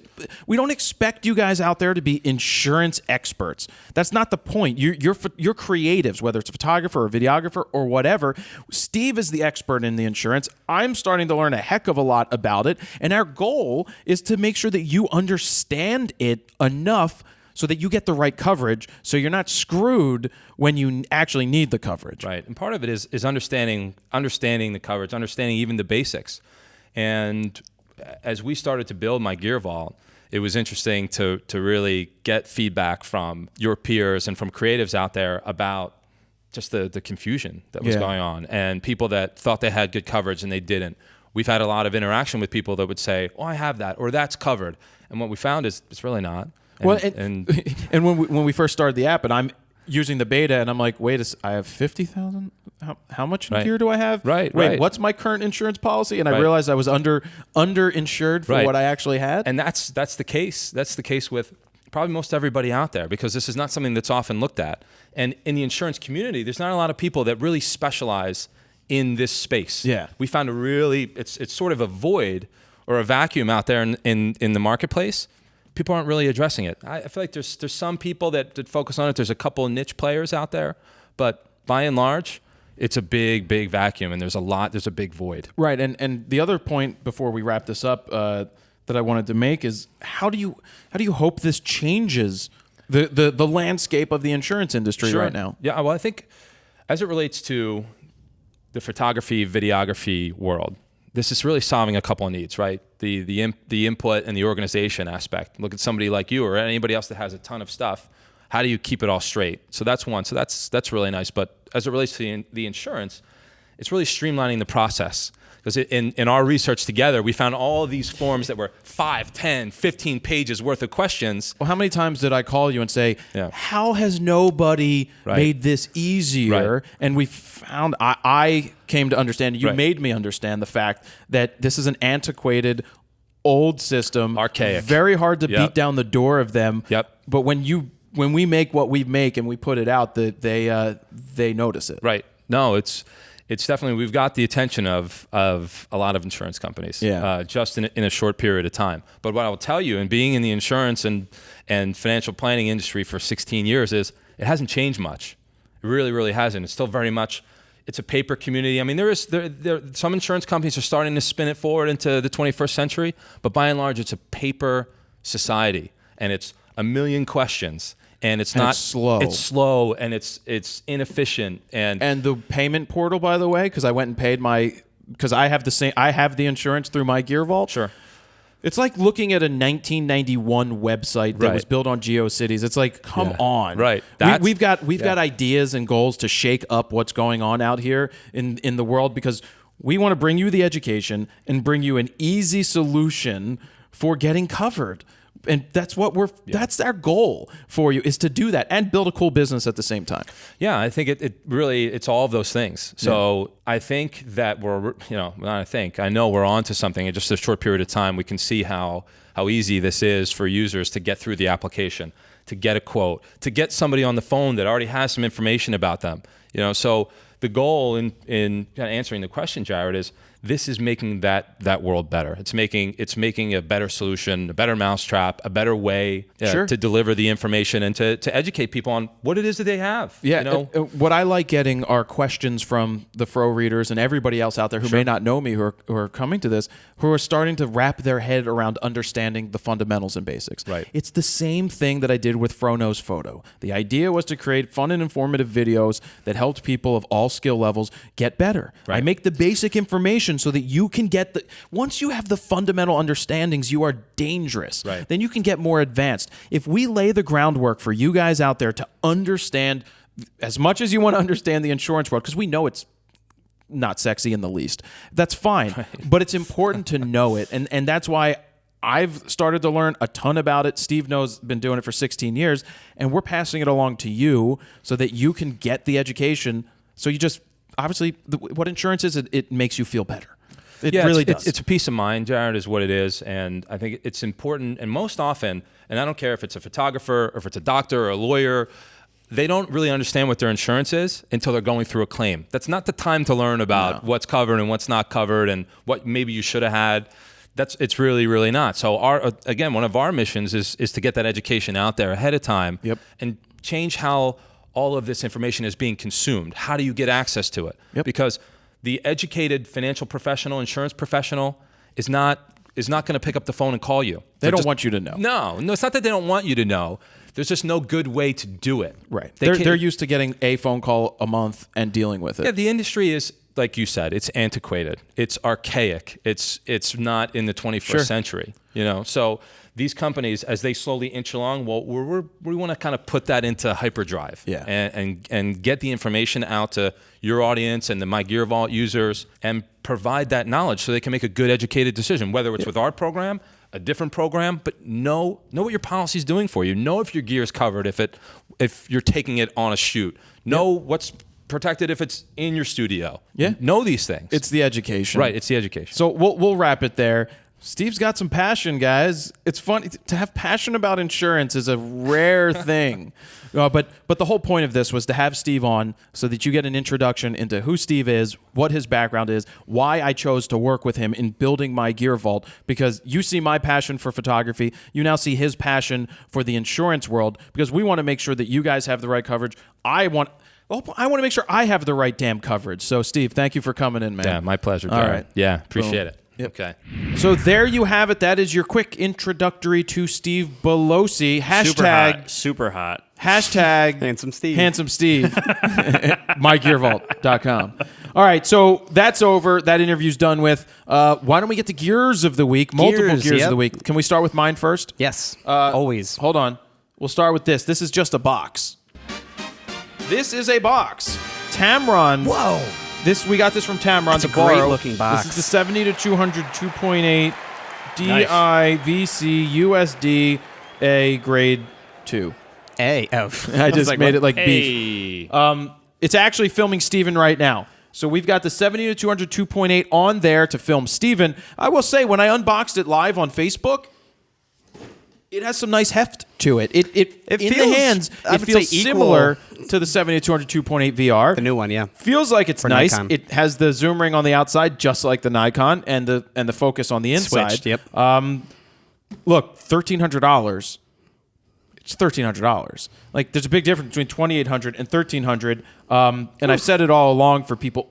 I can't tell you how the quality of this is right now because I haven't used it other than this. Comparison. We haven't compared it yet, but I will say it looked sharp.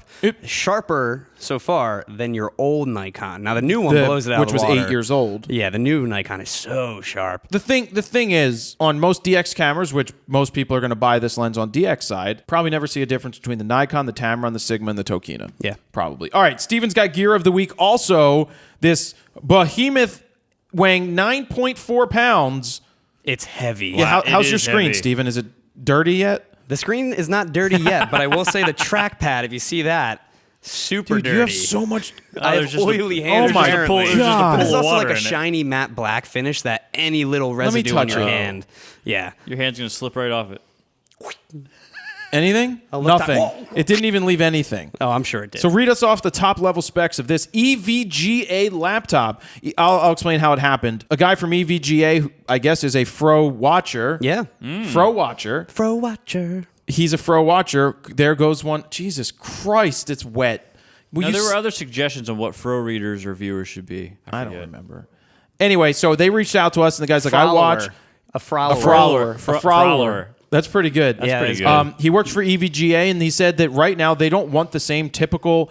I mean, this is a gaming laptop, and Steven's going to hit the specs in just a second. And I'm not going to game on it. They want to see how it's used Straight for porn. professional photographers and how it is for editing video. So we talked to them, and they're like, "Yes, send it out, and we'll play with it." So Steven's going to read you the specs. Yeah, I mean, first of all, 17-inch screen. 17.3. Huge. 17.3. Yeah, you can't even get one on the Mac like that anymore. Exactly, yeah. Now, I usually dock it anyway and attach it to my 27-inch monitor for the most part because that's an IPS monitor. This is also IPS, but it's more of a matte finish for that Basically, it's anti-glare for the most part, which it still glares a little bit, but it's not nearly as bad as, say, the Mac or something like that. Other specs, this thing is loaded with a GTX 1070 8 gig video card, which is huge. Wow. Yeah. Huge for, and that's full size for a laptop. Is that more than what I have in the Mac Pro? Because I have dual I don't know. 2 gig. Now, the Mac or something. Pro, I believe, has a better CPU. This is more of a dumbed-down CPU with an Intel Core i7 6820HK unlocked, though. I don't even know what that means. So also memory-wise, 32 gigs of memory, which doubles that of the MacBook Pro that I have, and that's DDR4 memory too. Storage-wise, it's a 256 gig SSD internal, and then it has a 1 terabyte spinning 7200 RPM drive. Oh, it's got both. It's got both. It's a dual hybrid type of system. Interesting. Yeah, so basically all your programs load instantly, and then all your regular stuff you can put on the 1 terabyte drive. What else is there? Bluetooth. Great. It's a 4K monitor. It's a 4K monitor, which is huge. And then when I connect it, I usually have it at 2.7K to my 27-inch monitor. But it's great to have that 4K capability. That'd be nice to What are the DIT ports? with. Ports-wise, you have 2 USB 3.0 ports. Then you have audio jack. You also have USB-C. But One the USB-C. USB-C is not Thunderbolt supported, which kind of bums me out. So I'm only going to be able to use it as a 3.1 USB slot, which is still good, but it came with the adapter. Came with the adapter if I want to plug USB into it. We also have your standard HDMI ports, and we have 2 mini display ports. That's what I hook up to my 27-inch monitor, and your great LAN port if you're gaming or something like that on the network. But yeah, so I did some tests on this bad boy and compared it to my MacBook Pro, which my MacBook Pro is 2014 mid edition. So it's probably 2.5 years old by now. And I will say this blew it out of the water in Premiere because Premiere Pro utilizes the GPU more than the CPU when it renders and exports. So this rendered and exported twice as 100% faster. I did a short clip, and the short clip was a minute export for this, and it was 2 minutes for the MacBook Pro. And I did a lot of heavy color grading on that just to see if it would Did you try any do it. multicam? I did multicam as well. Yeah. Yep, and I had stacked layers of text and video just to see because it usually bogs down on that. And it seemed fine. And it plays back without any stuttering at all. Now, I also had this on the SSD itself. And I did both from the SSD. I didn't use Thunderbolt or anything like that. So if I did Thunderbolt versus USB 3, obviously that would be a different story. And then also I did a Lightroom test where I exported about 30 images full res and did a lot of heavy editing on those as well. Now, Lightroom, I think, only utilizes the CPU when it exports, I think, because they were the exact same speed and time of export. It was like 2 minutes and 3 seconds on both. I think a computer like that would be good on set. Like if you're doing DIT and you're exporting or dealing with 4K, 5K, 6K footage, and you've got to like manage media and then even preview for people. Yeah, just DIT, bring this bad boy. Now, again, this thing is it's 9.4 pounds. Yeah. It's heavy. It's super thick compared to my so MacBook. Dan, your bird arms, you need help. Dan would probably I snap could in work half. out with it. But so far, I like it a lot. And I'm a PC guy. I've always been. I had to kind of come on board with Mac, working with Jared, which is fine because I usually just work in Adobe programs, which is the same. So we'll see how it goes. I'll keep you guys updated, and we'll keep using this new EVGA SC17 laptop. That Sounds is your awesome. Gears of the Week. All right, let's get into flying solo time. Let's do it. All right, so here we go with flying solo. We've got a bunch of text questions as well as a couple of video questions, and this week I asked for business-related questions. I wanted the hard-hitting business questions that you guys had, and no gear questions. So we can answer them again. And so I got a bunch of business questions. Eric Tamburo, hello from Pittsburgh. I'm struggling with pricing art prints at the moment, and what limited edition means. 20 limited enough? Too limited? Finally, if small open editions devalue a limited edition. Thank yins. Stupid Pittsburgh statement, yins. My Pittsburgh question has their own accent, by the way. My question to you, Eric. Oh, Erica. Did I say Erica? Or did I say Eric? I don't know, but it's Erica. It's Erica. My eyes deceive me a lot. You have to ask yourself, why would your stuff be limited edition anyway? Are you in a place where people care that you are selling them a limited edition print? And are you going to adhere to that after you sell 20 of them for $15 or $20 or $30? The higher end stuff that you find for limited edition is well-established photographers selling limited edition prints for $10,000, $5,000, $1,000. I would just sell. If you're going to sell prints, you sell prints. Then if you want to have an option for limited edition, price it 5 times as much as the other one or 10 times. I'm just pulling those numbers out of my ass right there. But really, the proper thing to think here is, why would somebody want to buy your limited edition prints? What makes that worth something versus somebody else? It probably comes down to just the name. That's really what it comes down to. The name and the reputation of the photographer. Here is a video question from Michael Scott Brulo. Michael Scott? Hey, Jared. I'm doing graduation portraits at Penn State, and a lot of the kids are asking if I accept Venmo. I considered accepting it, but I don't know if it's secure. I know the standard way to do it is accept a check, but a lot of these kids are using Venmo. What do you know about it, and would you allow it? Is it safe?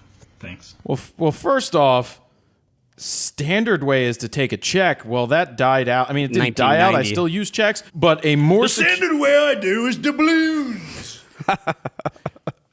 The more silver coin. The safer way is to use Venmo. I'm gonna take a hey penny. A hey penny will do. I thought PayPal owned Venmo or some kind of. I always pay my improv coach through Venmo. Yeah, So I do PayPal because it's been around for a while. But Venmo is same another thing. payment service online that's light and easy. When I say light, I mean it's really simple to use. Real easy. You put money into it and you share money digitally, and there's no fees if you're sharing the money digitally. Venmo, if they want to Venmo you money right then and there, you take their Venmo money. Why would you want to check that? It could be fake. I mean, it's instant transfer to your bank account too if you have it Is set it? up. Yep. It is. Oh, wow. And it does, like PayPal, I think could take up to a day or two to really process. This is instant in your debit account. Super I use easy. it with my friends all the time, and it's real easy, real simple. All right. So the answer is yes. I fully trust Venmo. Yeah, they're All pretty right. big now. Next up is Phil Ladbrook. Jared, Steve, Todd, and Dan. Here's a question for you for business. I live in the UK, and the whole of Europe watches you, and we can't have a certain shirt, which is I shoot raw. So what about this? Is there other options that you can design that we can wear? This one's okay, I think, because it doesn't mention the other company. What about this one?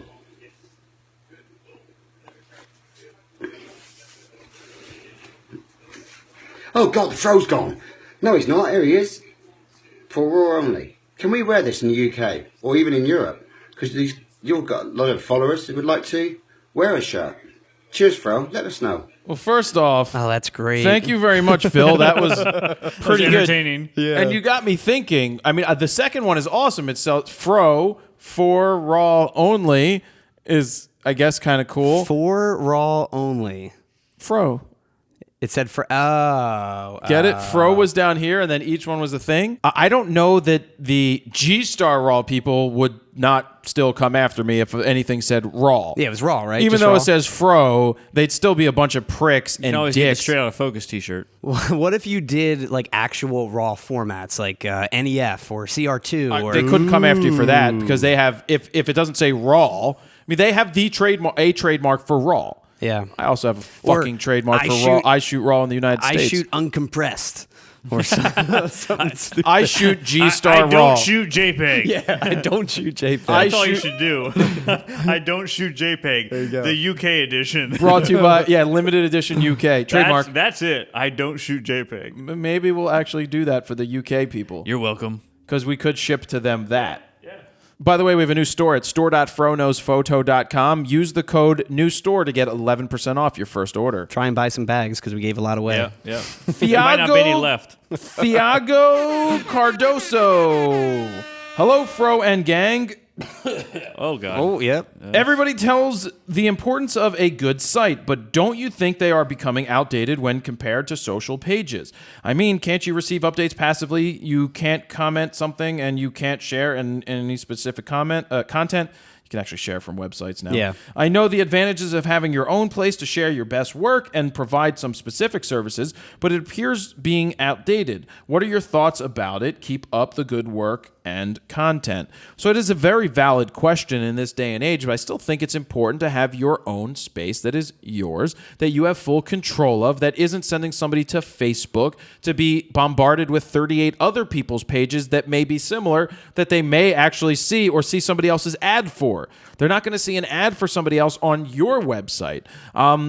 Your website can be shareable. There are plugins. There are ways that you can make it more shareable. But I think it is important that you have a site. And I don't just say that because I recommend that you get a Squarespace site at squarespace.com/fro. But I think it's still valid to have your own space that you're in control of.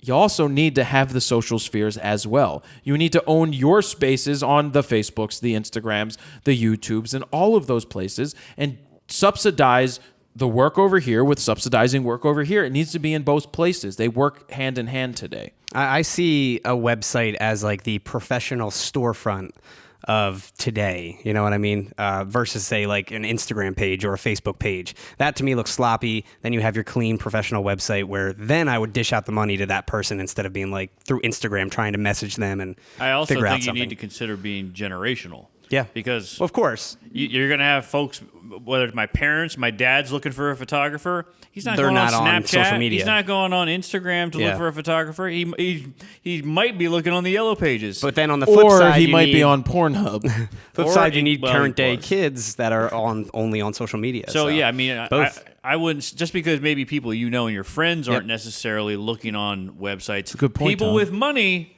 probably are looking on the website. The older folks, the bums you hang out with don't have money. The folks that are spending money, they're probably going to check to see what your website looks like. And if you're to me, it's just one of those things. I automatically look to see if they have a website before I deal with any company. That's kind of how Just I am kind of like too, peace of mind and know that they planted a flag and that they're legit. And again, it could be totally generational. I'm old as balls, but Yeah, that's true. But my check's clear, or my Venmo. Or your Venmo. All right, moving on. Jordan DiCaprio has a video. Leo's brother? Hey guys, Jordan from Virginia here again. One of the best pieces of advice for somebody going into business is to find your niche and do great at it. So the question here is, in photography, what are some lesser known niches that somebody might discover? Everyone aspires to do weddings or something like that, but you always get the story once in a while of someone who does something so cool and outlandish that they love what they do and all that. So let's hear it. What are some lesser known niches? Thanks guys. See ya. Thank you for the headroom, by the way. That was one of the best shot videos I think we've ever gotten. Yeah, Beautiful. Yeah, it looks cool. really Super good. cool, Beautiful. yeah. Perfect. Okay. Yeah. So I'll point to a guy like Ian Reuter found a niche that nobody even knew was much of a niche. He got a truck and put a wet plate in the back of it and made it super huge and made it successful. I mean, that's like, out of left field. Of course, it's an super extreme random, example. Extreme, yeah. But it's not easy to say what is a niche that you could go and exploit, because if I'm thinking about it, maybe it's not even that niche. Exactly. So you just need to find something that is your thing, and you do it really well. And that's why I point out the Ian Reuter thing, because that is something totally unique that he made it because of that. And that was just one of the things. I don't really have much of an answer. Do you? There's two niches: No. clothes and no clothes. Right.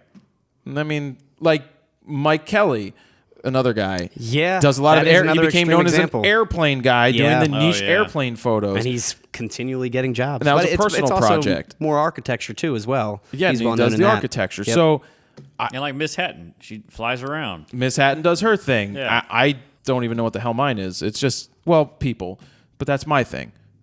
So anyway, sorry.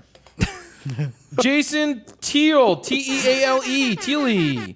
How do you market properly to get sales? I have a number of tutorials for beginner Lightroom users, but I am having a tough time getting sales. I have tried email lists, Facebook ads, and blog posts. Is there anything else I could do? I'm currently in South Korea, but I'm looking at this as a possible revenue stream and to return home to Canada. Well, I went and looked on YouTube and couldn't find any of your shit. No. So what can you do is you can make videos and follow the same exact model that I do and make videos for people. You need to give people a reason to buy your stuff. They're not just going to find you out of nowhere because you put up a blog with so much competition out there today in the educational space of photography. It's insane how much more competitive it is today 6 years after I started than when I started 6 years ago, which is the same thing I just said. So Photo 101. Nobody's just going to read your blog and want to pay for it. You need to make content. I would never buy anything from Pro Photo 101. Well, he's clearly a Nikon specialist, though, so I would buy everything Nikon related. This is my Nikon lenses. Nope. Shit. Nope. Nope. No. Nope. No. I'm Jared Polin. Wait. For Pro Photo. Nope. Dan, you can run that in the background. Damn it! I'm just gonna make chicken. So Jason, run my chicken video. Cooking with Jared, the best. It's Jared's world famous Wanker. chicken nuggets. Welcome into my kitchen. I am Jared Polin, and today we will be making Jared's world famous chicken nuggets. Wearing my wanker shirt in my kitchen. I shot that. Okay, Those are my favorite I can tell you videos shot of it. all time. I shot it with a camcorder, tape camcorder. Did multiple angles because Ari didn't want to edit my stuff anymore, right? He had B-roll. He definitely had, because I had to use a lot of that for the video guide, the editing guide, or something. So way back in the day, Ari would edit some videos, and we're talking before FroKnowsPhoto. And so he's like, in order to learn, you need to, I don't want to do it, you do it. So I shot multiple angles, and I went into iMovie, and I cheesed it, and I did it. Might be the first and last time you ever did multiple angles yourself. Well, I did it. It didn't matter. I still did it, Yeah. and it worked. But Jason, my truth to goodness thing is you're selling 3 products. I looked on your website. You have one that's $5. You have one that's 47. These are Lightroom tutorials. I finally found the website. It took me a minute to find the website and to find where it was at. If I can't find it and you pointed me in the direction, it's going to be hard for other people to find it. And running ads on Facebook, why? The question you need to ask yourself, why is somebody going to buy your tutorial and not somebody else's tutorial who has a shit ton of free content out there already?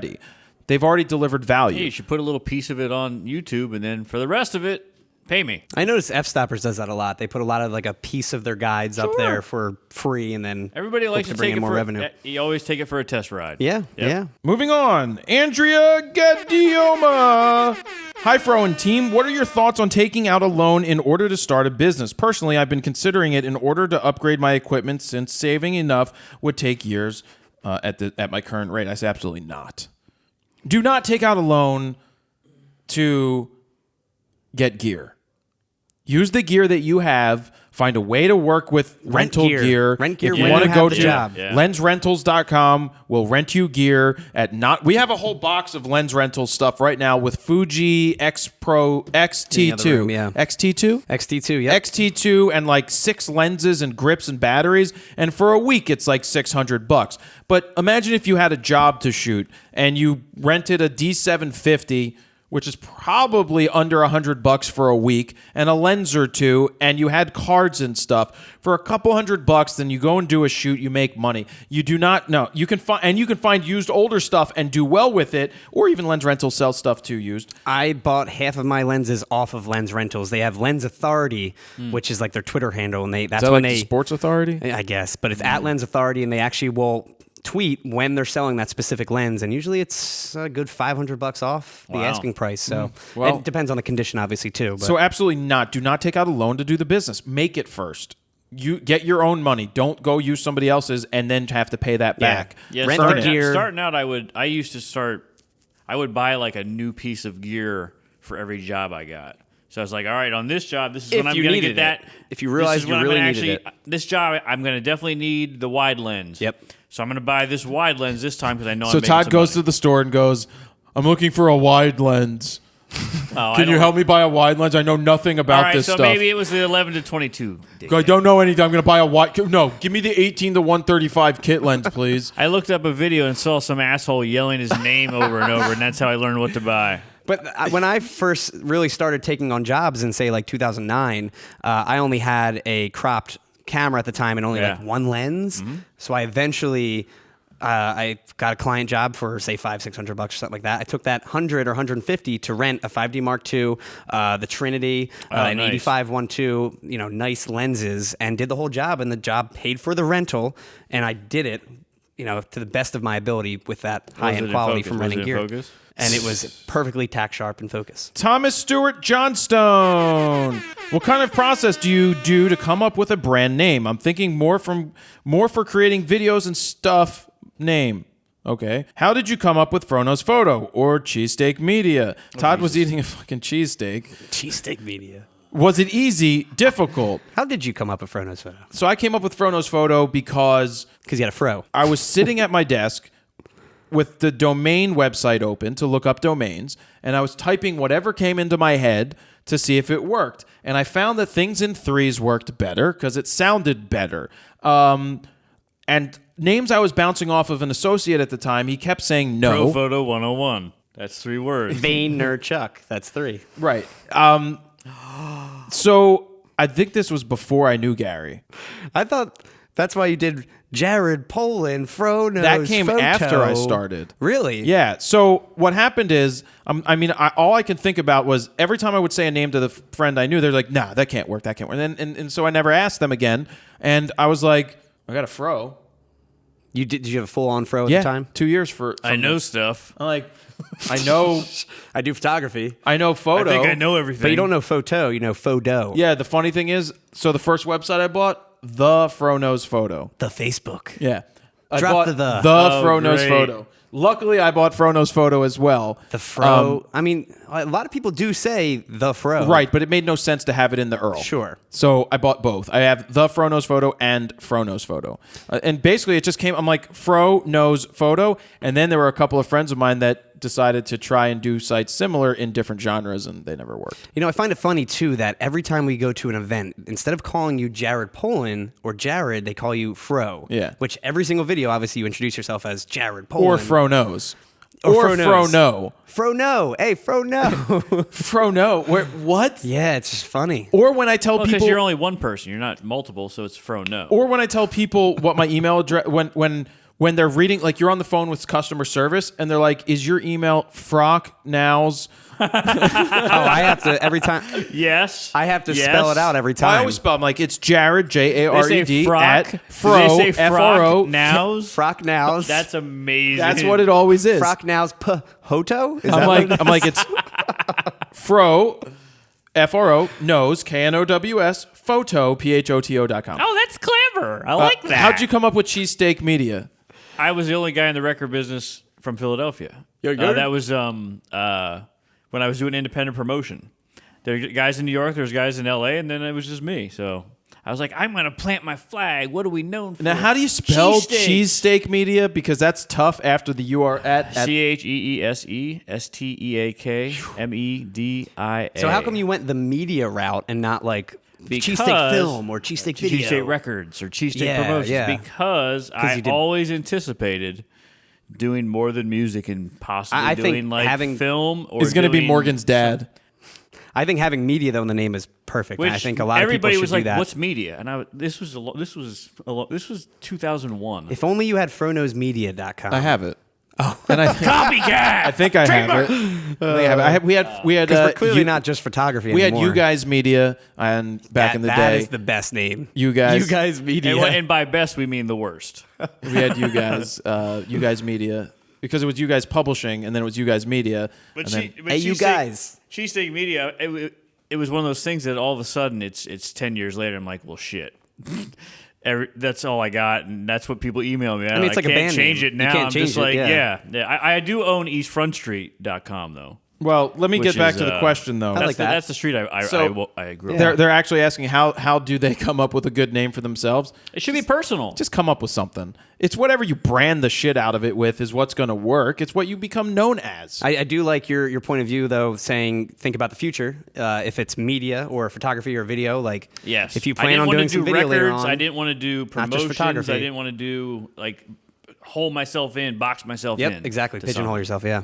So he's a cheesesteak. Ben Brengman. I've been looking to expand my business and get more business. I get daily calls about SEO services for my website. Is this service worth the price? No, it's bullshit. I mean, no, these SEO people have been around for years, and they'll tell you they can get you ranked on Google and ranked here and ranked there. Fuck off, Get ranker earmuffs. monsters.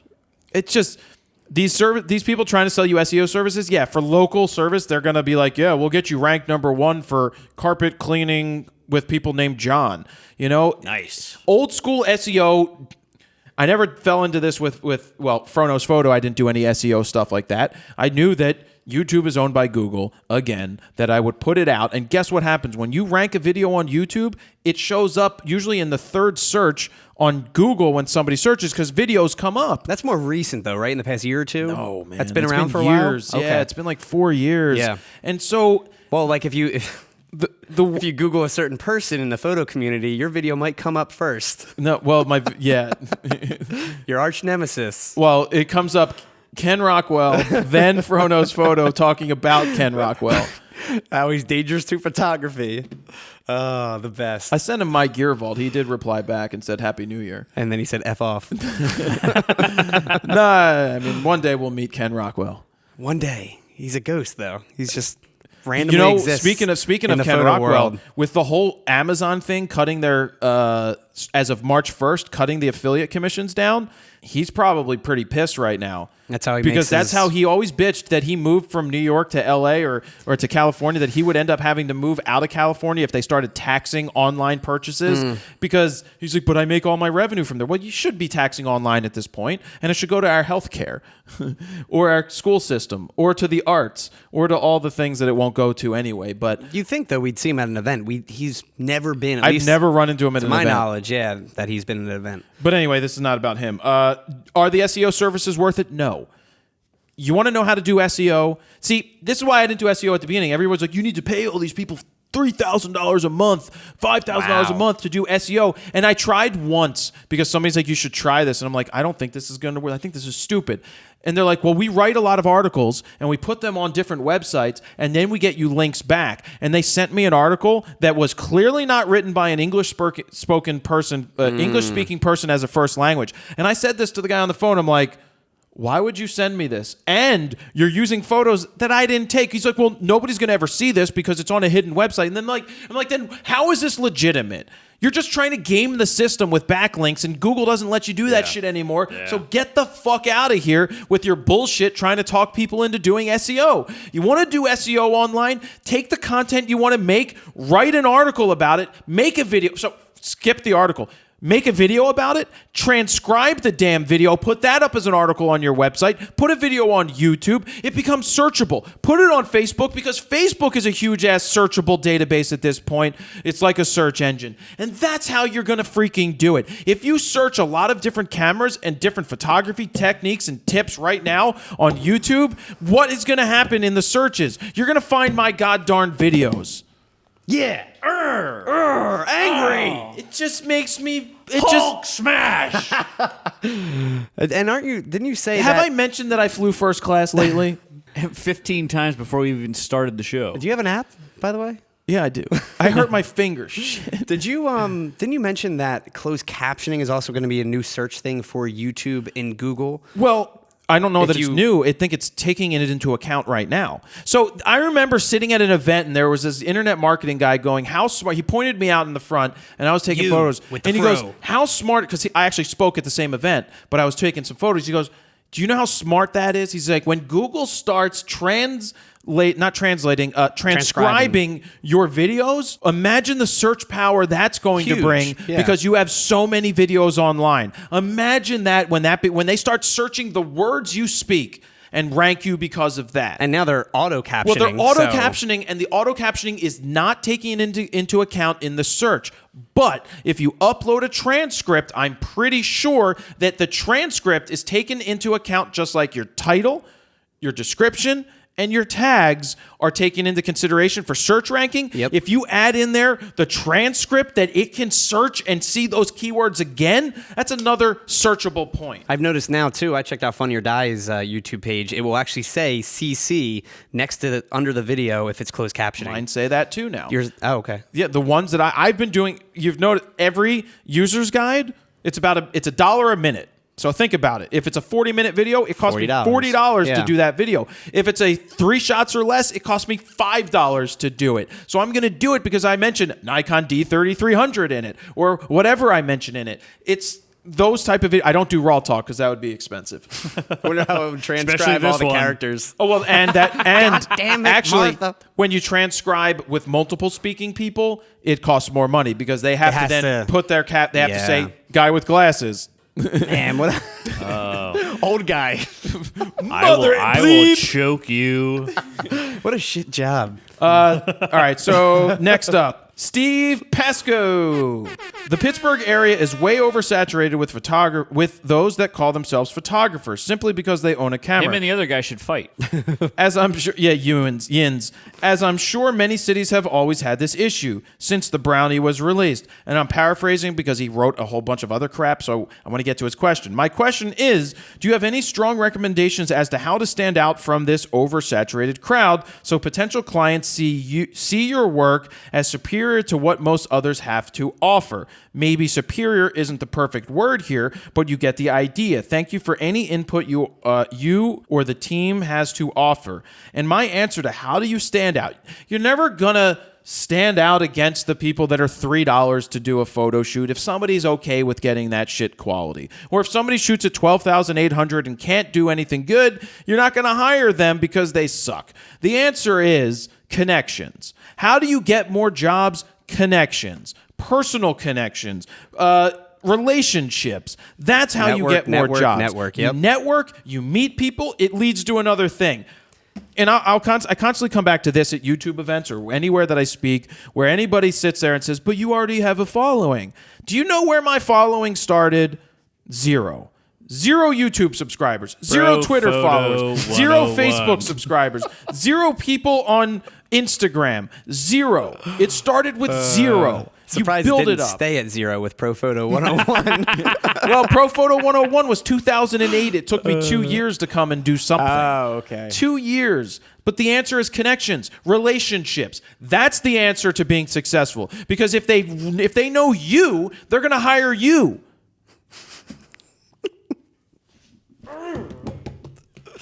I'm wearing green today, and my chest is nice and pumped because I did chest workout yesterday. I don't know about that. I couldn't really tell. It looks normal to Andy me. Sabalos. Should you hire a market agency to handle your marketing and promotion, or should you do that? Should you be doing that yourself? Earmuffs. Give me earmuffs, please. Stand by. Dave? Warning! Put on your fucking earmuffs. If you don't have earmuffs and you don't know what earmuffs is, put them on right now. Or if you have kids, fast forward. Yeah, put on your fucking earmuffs. The answer to this is, should you hire a marketing company to do your promotion? Fuck no. Don't waste your money on that. Don't waste your money on SEO people. Stop looking for other people to do your job for you. I ran into this at the YouTube event. That person that didn't want to work with me, every time I listened to them talk, it was all about somebody else doing the work for them. They had an idea. They want to do this. They don't want to edit the video. You know what? If you have an idea, execute the goddarn idea, and then you're going to find yourself winning. Angry. So no, you shouldn't hire... What was that? That's my angry You car. shouldn't. You absolutely should not hire somebody to do it. You should do it yourself. And that's it. That's flying solo. Yeah. Dan, get me my goddamn wheel. Right now. Please. Right now. Right now. Make sure Right you don't now. screw up. Let's get the wheel going. I should have pointed to you earlier. Hurry up. He's angry. Why didn't you wear sandals today? You should know things from telepathy because he's angry. Teleprompter. Teleprompter-ethy. Where's the tape on the floor? It's right there. What do you mean, where's it I at? can't see it. Oh, there it is. Open your eyes. You should have used fluorescent orange. Well, the fluorescent orange is behind you on that shelf. Is it in the video angle? Yeah. There's Really? a whole mountain. of gaff tape over there from Gaffer Power. And a fro. We should tape. We should tape you're one the to king the of the ceiling. mountain. Your little bobblehead at the top. There you go. All right, on the wheel, we've got Fro Guides. Go to FroKnowsPhoto.com/guides to check out all the guides that are there. All right, Todd. We got Squarespace. Damn it. Squarespace.com/Fro to get your 14-day free trial of Squarespace. That's broken. You need that. Well, don't spray that because that may leave residue. So definitely don't spray that. Or that either. Videoblocks.com/go/Fro. Store.FroKnowsPhoto.com. Use the code NEWSTORE and you can get 11% off even the bag at store.FroKnowsPhoto.com. That's actually pretty Rode good. Microphone. Brought to you by Rode Microphone. MyRodeReel.com. MyRodeReel.com to enter the MyRodeReel competition with $500,000 in prizes and 25 different categories you could win in. Kessler Crane, KesslerCrane.com. Go to KesslerCrane.com. Use the code Kessler. Use the code FRO10. Right behind Todd. FRO10. FRO10, yep. To get 10% off. Spin Again. Canon is a printer prize. We got AdoramaPix.com. They make the metal print that's behind Todd. That's a big-ass square. MyGearVault, We've you guys got didn't see. LensMugShop.com. Ooh. If you go to LensMug, we actually have a couple of those lens mugs here, but for time purposes, this is the Nikon version. So if you guys want to yell at me for not saying Nikon right, Nikon. It's Nikon. Nikon. This is actually the Nikon 24-70 version. It actually looks pretty authentic. It's a 1:1. It is pretty good. To scale, so Just it's don't pretty try cool. putting it on your camera. The code is, it says Mugs105 off Fro code. The code to get 15% off, I believe, is Fro code. It's FRO space code. Why would you put code in there? It should just be Fro. That's all I have to say about that. Think Tank Photo, they came out with some new bags. We're getting them in the mail. One for the Mavic and one for a new Helipack. We have so many of those drone bags. Next up is Gaffer Power. Gaff to the Gaffer Power wheel is their logo because I never printed one out. So if you go to gafferpower.com, use the code FRO15, all one word, to get 15% off your order of gaff tape. It is the gaff tape that we use here at FroKnowsPhoto, exclusively Gaffer Power. Next up on the wheel is store.FroKnowsPhoto.com. Rode Microphone once again. We've got the Lexar Hub. We use the cards. We got Atmosphere Aerosol. Go to Atmosphere Aerosol's website and use code FRO to get 10% off. That stuff sprays. It does leave a slight little residue. You just want to be careful about that. A ton of it. But less residue than Steven leaves. That is true. And Hoya. Luckily, I did not have a Hoya filter on that lens. Kitty did not scratch it. I'm going to spin the wheel again right now. And I hope it lands on a bag. It will not. 4 weeks in a row. Come on.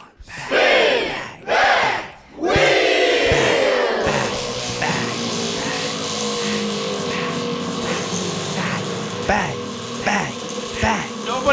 Nobody look until it completely stops. Todd, close your eyes. I see the Atomos angle. Don't look. Bag. Don't look, Steven. Everybody shut your eyes until it stops. Round and round it stops. Round and round it goes. Where it stops, nobody knows. Fuck, please stop on something like Hoya. Think Tank! Oh, close. Congratulations. Yeah, it is a bag, but not the same bag. Congratulations goes to, I've picked this out already. It goes to this guy, Phil Ladbrook, who's made the t-shirts. I thought that was hilariously funny. So being that we can't send you and I shoot raw anything, we can certainly have Think Tank ship you a bag. That's and they true. will, because all I do is I email them. I'm like, send a bag to this guy. So Noah, And they're like, sure. get this guy's address and phone number. Does he live with Meredith? All right, so that's Wheel of Fro. Thank you to everybody, and thank you to the support there. Why don't we get to memes right meow? Let's do it. All right, now it is time for memes. Where you send them is to the address that you would think it would be is singwheeloffro@gmail.com.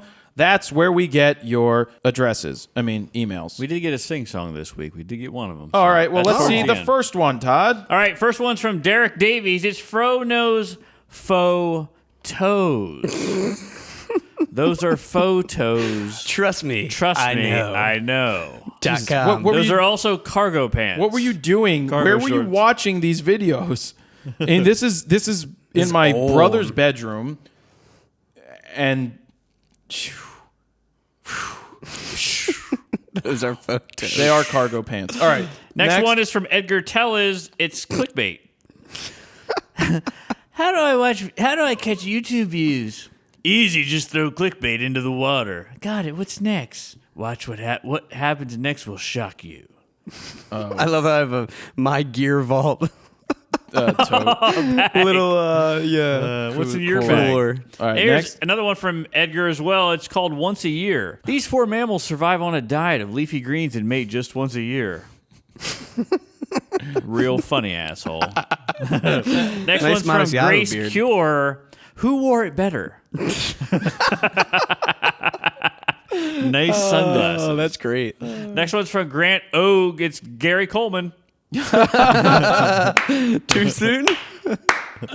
The next one is from Greg Cook. This is from magazine of videographers and photographers that everybody should watch. Number 25 is Todd Wolf. His YouTube channel, Cheesesteak Media. Nowhere on that list, by the way, this user points out, is FroKnowsPhoto. Award-winning filmmaker Todd Wolf Exactly. is here to give you his tips on video and editing, as well as a behind-the-scenes look at how his epic music videos have come together. I mean, Somebody look, sent me this, and I was like, what? so there's the whole point that these sites, what they do is they'll put like 35, whatever, 50, 100 people onto these things. Yeah. And then they email each one of those people. And then the people are like, yeah, I'm on the list. And then they share it. And then all it does is promote this other thing that has nothing to do with you. It's marketing. I get it. That's why they make these lists. But they pick the really good people, though. No, I mean, Todd's got some good stuff if you want to watch a video once every 6 months.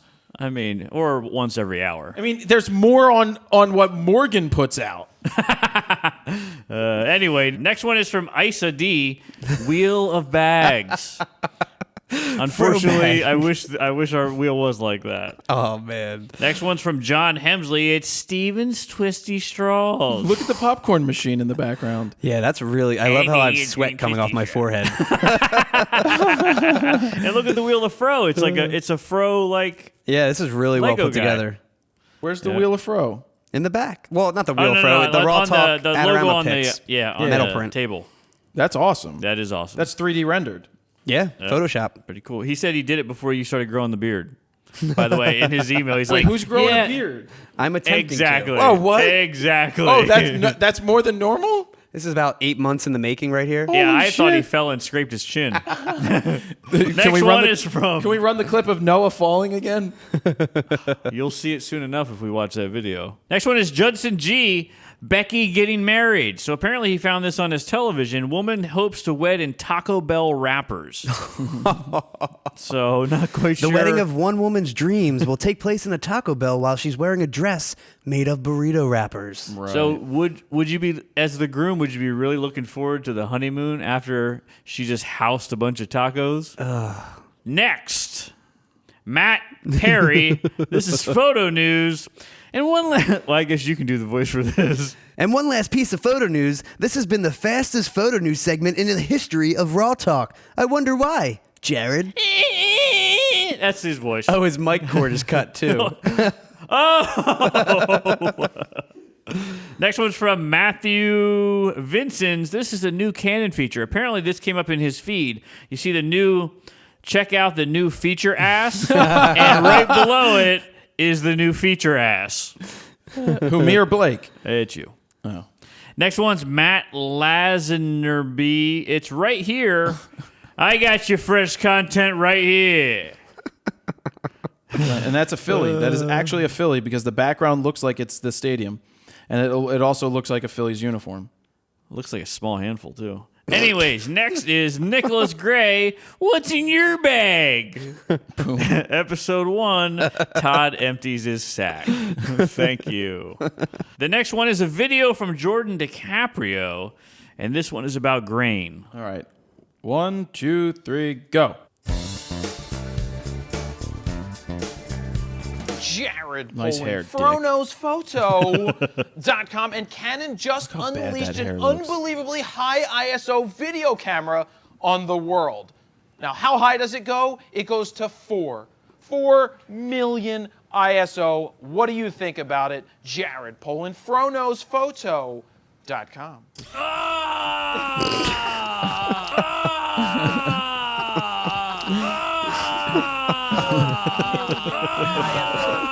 Why was Andy Reid in there? That's what I was. Just lots of people, I guess. ISO, what do you think about it? What do you think about it? Look where that one just went. Oh my god. Who's picking that up? Matt? Oh man. Matt. See ya. Not sure where his head was on that, but that was that. Andy Reid was so random in that. Yeah, I couldn't. All right, what's follow next? that. The next one is an audio clip from Mark Reinecker. Spin that dreidel. Spin that wheel like a dreidel. Spin that wheel like a dreidel. Yeah. Spin that wheel like a dreidel. Spin that wheel like a dreidel. Yeah. Spin that wheel like a dreidel. Spin that wheel like a dreidel. Yeah. We don't win gold. We win throwbacks. It was good until the end. I can imagine. I can literally imagine him bouncing, popping around, going, "Spin that wheel like a dreidel." And somebody's probably looking at him, going, "What the hell are you Neighbor's doing?" like, "Shut the hell up!" I'll come over and spin We only your celebrate dreidel. Christmas around here. All right, and we have one more video, but we can't play it on the show. It's got music that we can't play, but it's super awesome, super epic, super psychedelic. Noah's in it. You don't want to miss it. Check it out on the website, episode 215. All right. So that's. Oh, we got to pick some winners. Well, Gary Coleman is truly funny. We all really laughed out loud at that one, so I think that's a definite. And the one that did the 3D rendering of the Legos. The Lego two. one, I got those really two. solid. And that's really good. Yeah, I would say those two really just stood out to me. Yeah. I want to go with those two today. Yeah, The I Grace like those. Cure one was really funny too, with the girl who wore it better. It's all good. We'll go with those two. Sounds good. All right. What would be funny is I want to see a meme of my cat with Thug Life. You know how they do the Thug Life cats all the yeah. time? It's the Like, best. don't you do it, kitty. And the cat's like, Oh, with your what you call it? yeah. So anyway, that's that, guys. Coming up next week, and I mean next week, if you've made it this far, you'll know that we're doing a special edition interview for RAWtalk on the normally off week, which is, we do this every other week. Well, there's going to be the Shane Hurlbut interview, which is a fantastic interview. Yeah, Shane has awesome. done tremendous Really good. things Awesome. in Hollywood, and he told such amazing stories, and we kept going for over an hour that it's going to stand on its own. It's well worth it. So that's Cool. that. Anything you guys want to add to the end of the show? Nothing. Just definitely watch that Shane interview because that is solid information. Yes. Todd? Very good. Yeah. No, I'm good. All right. For more information, you go to FroKnowsPhoto.com/RAWtalk-215. You can download MyGearVault at MyGearVault.com. You can go to store.FroKnowsPhoto.com to pick up your store merchandise. Use the code NEWSTORE. All one word. Ooh. That's it. We're going to call it a day. Let's do it. It's RAWtalk 215. Jared, Polin, FroKnowsPhoto.com. See ya.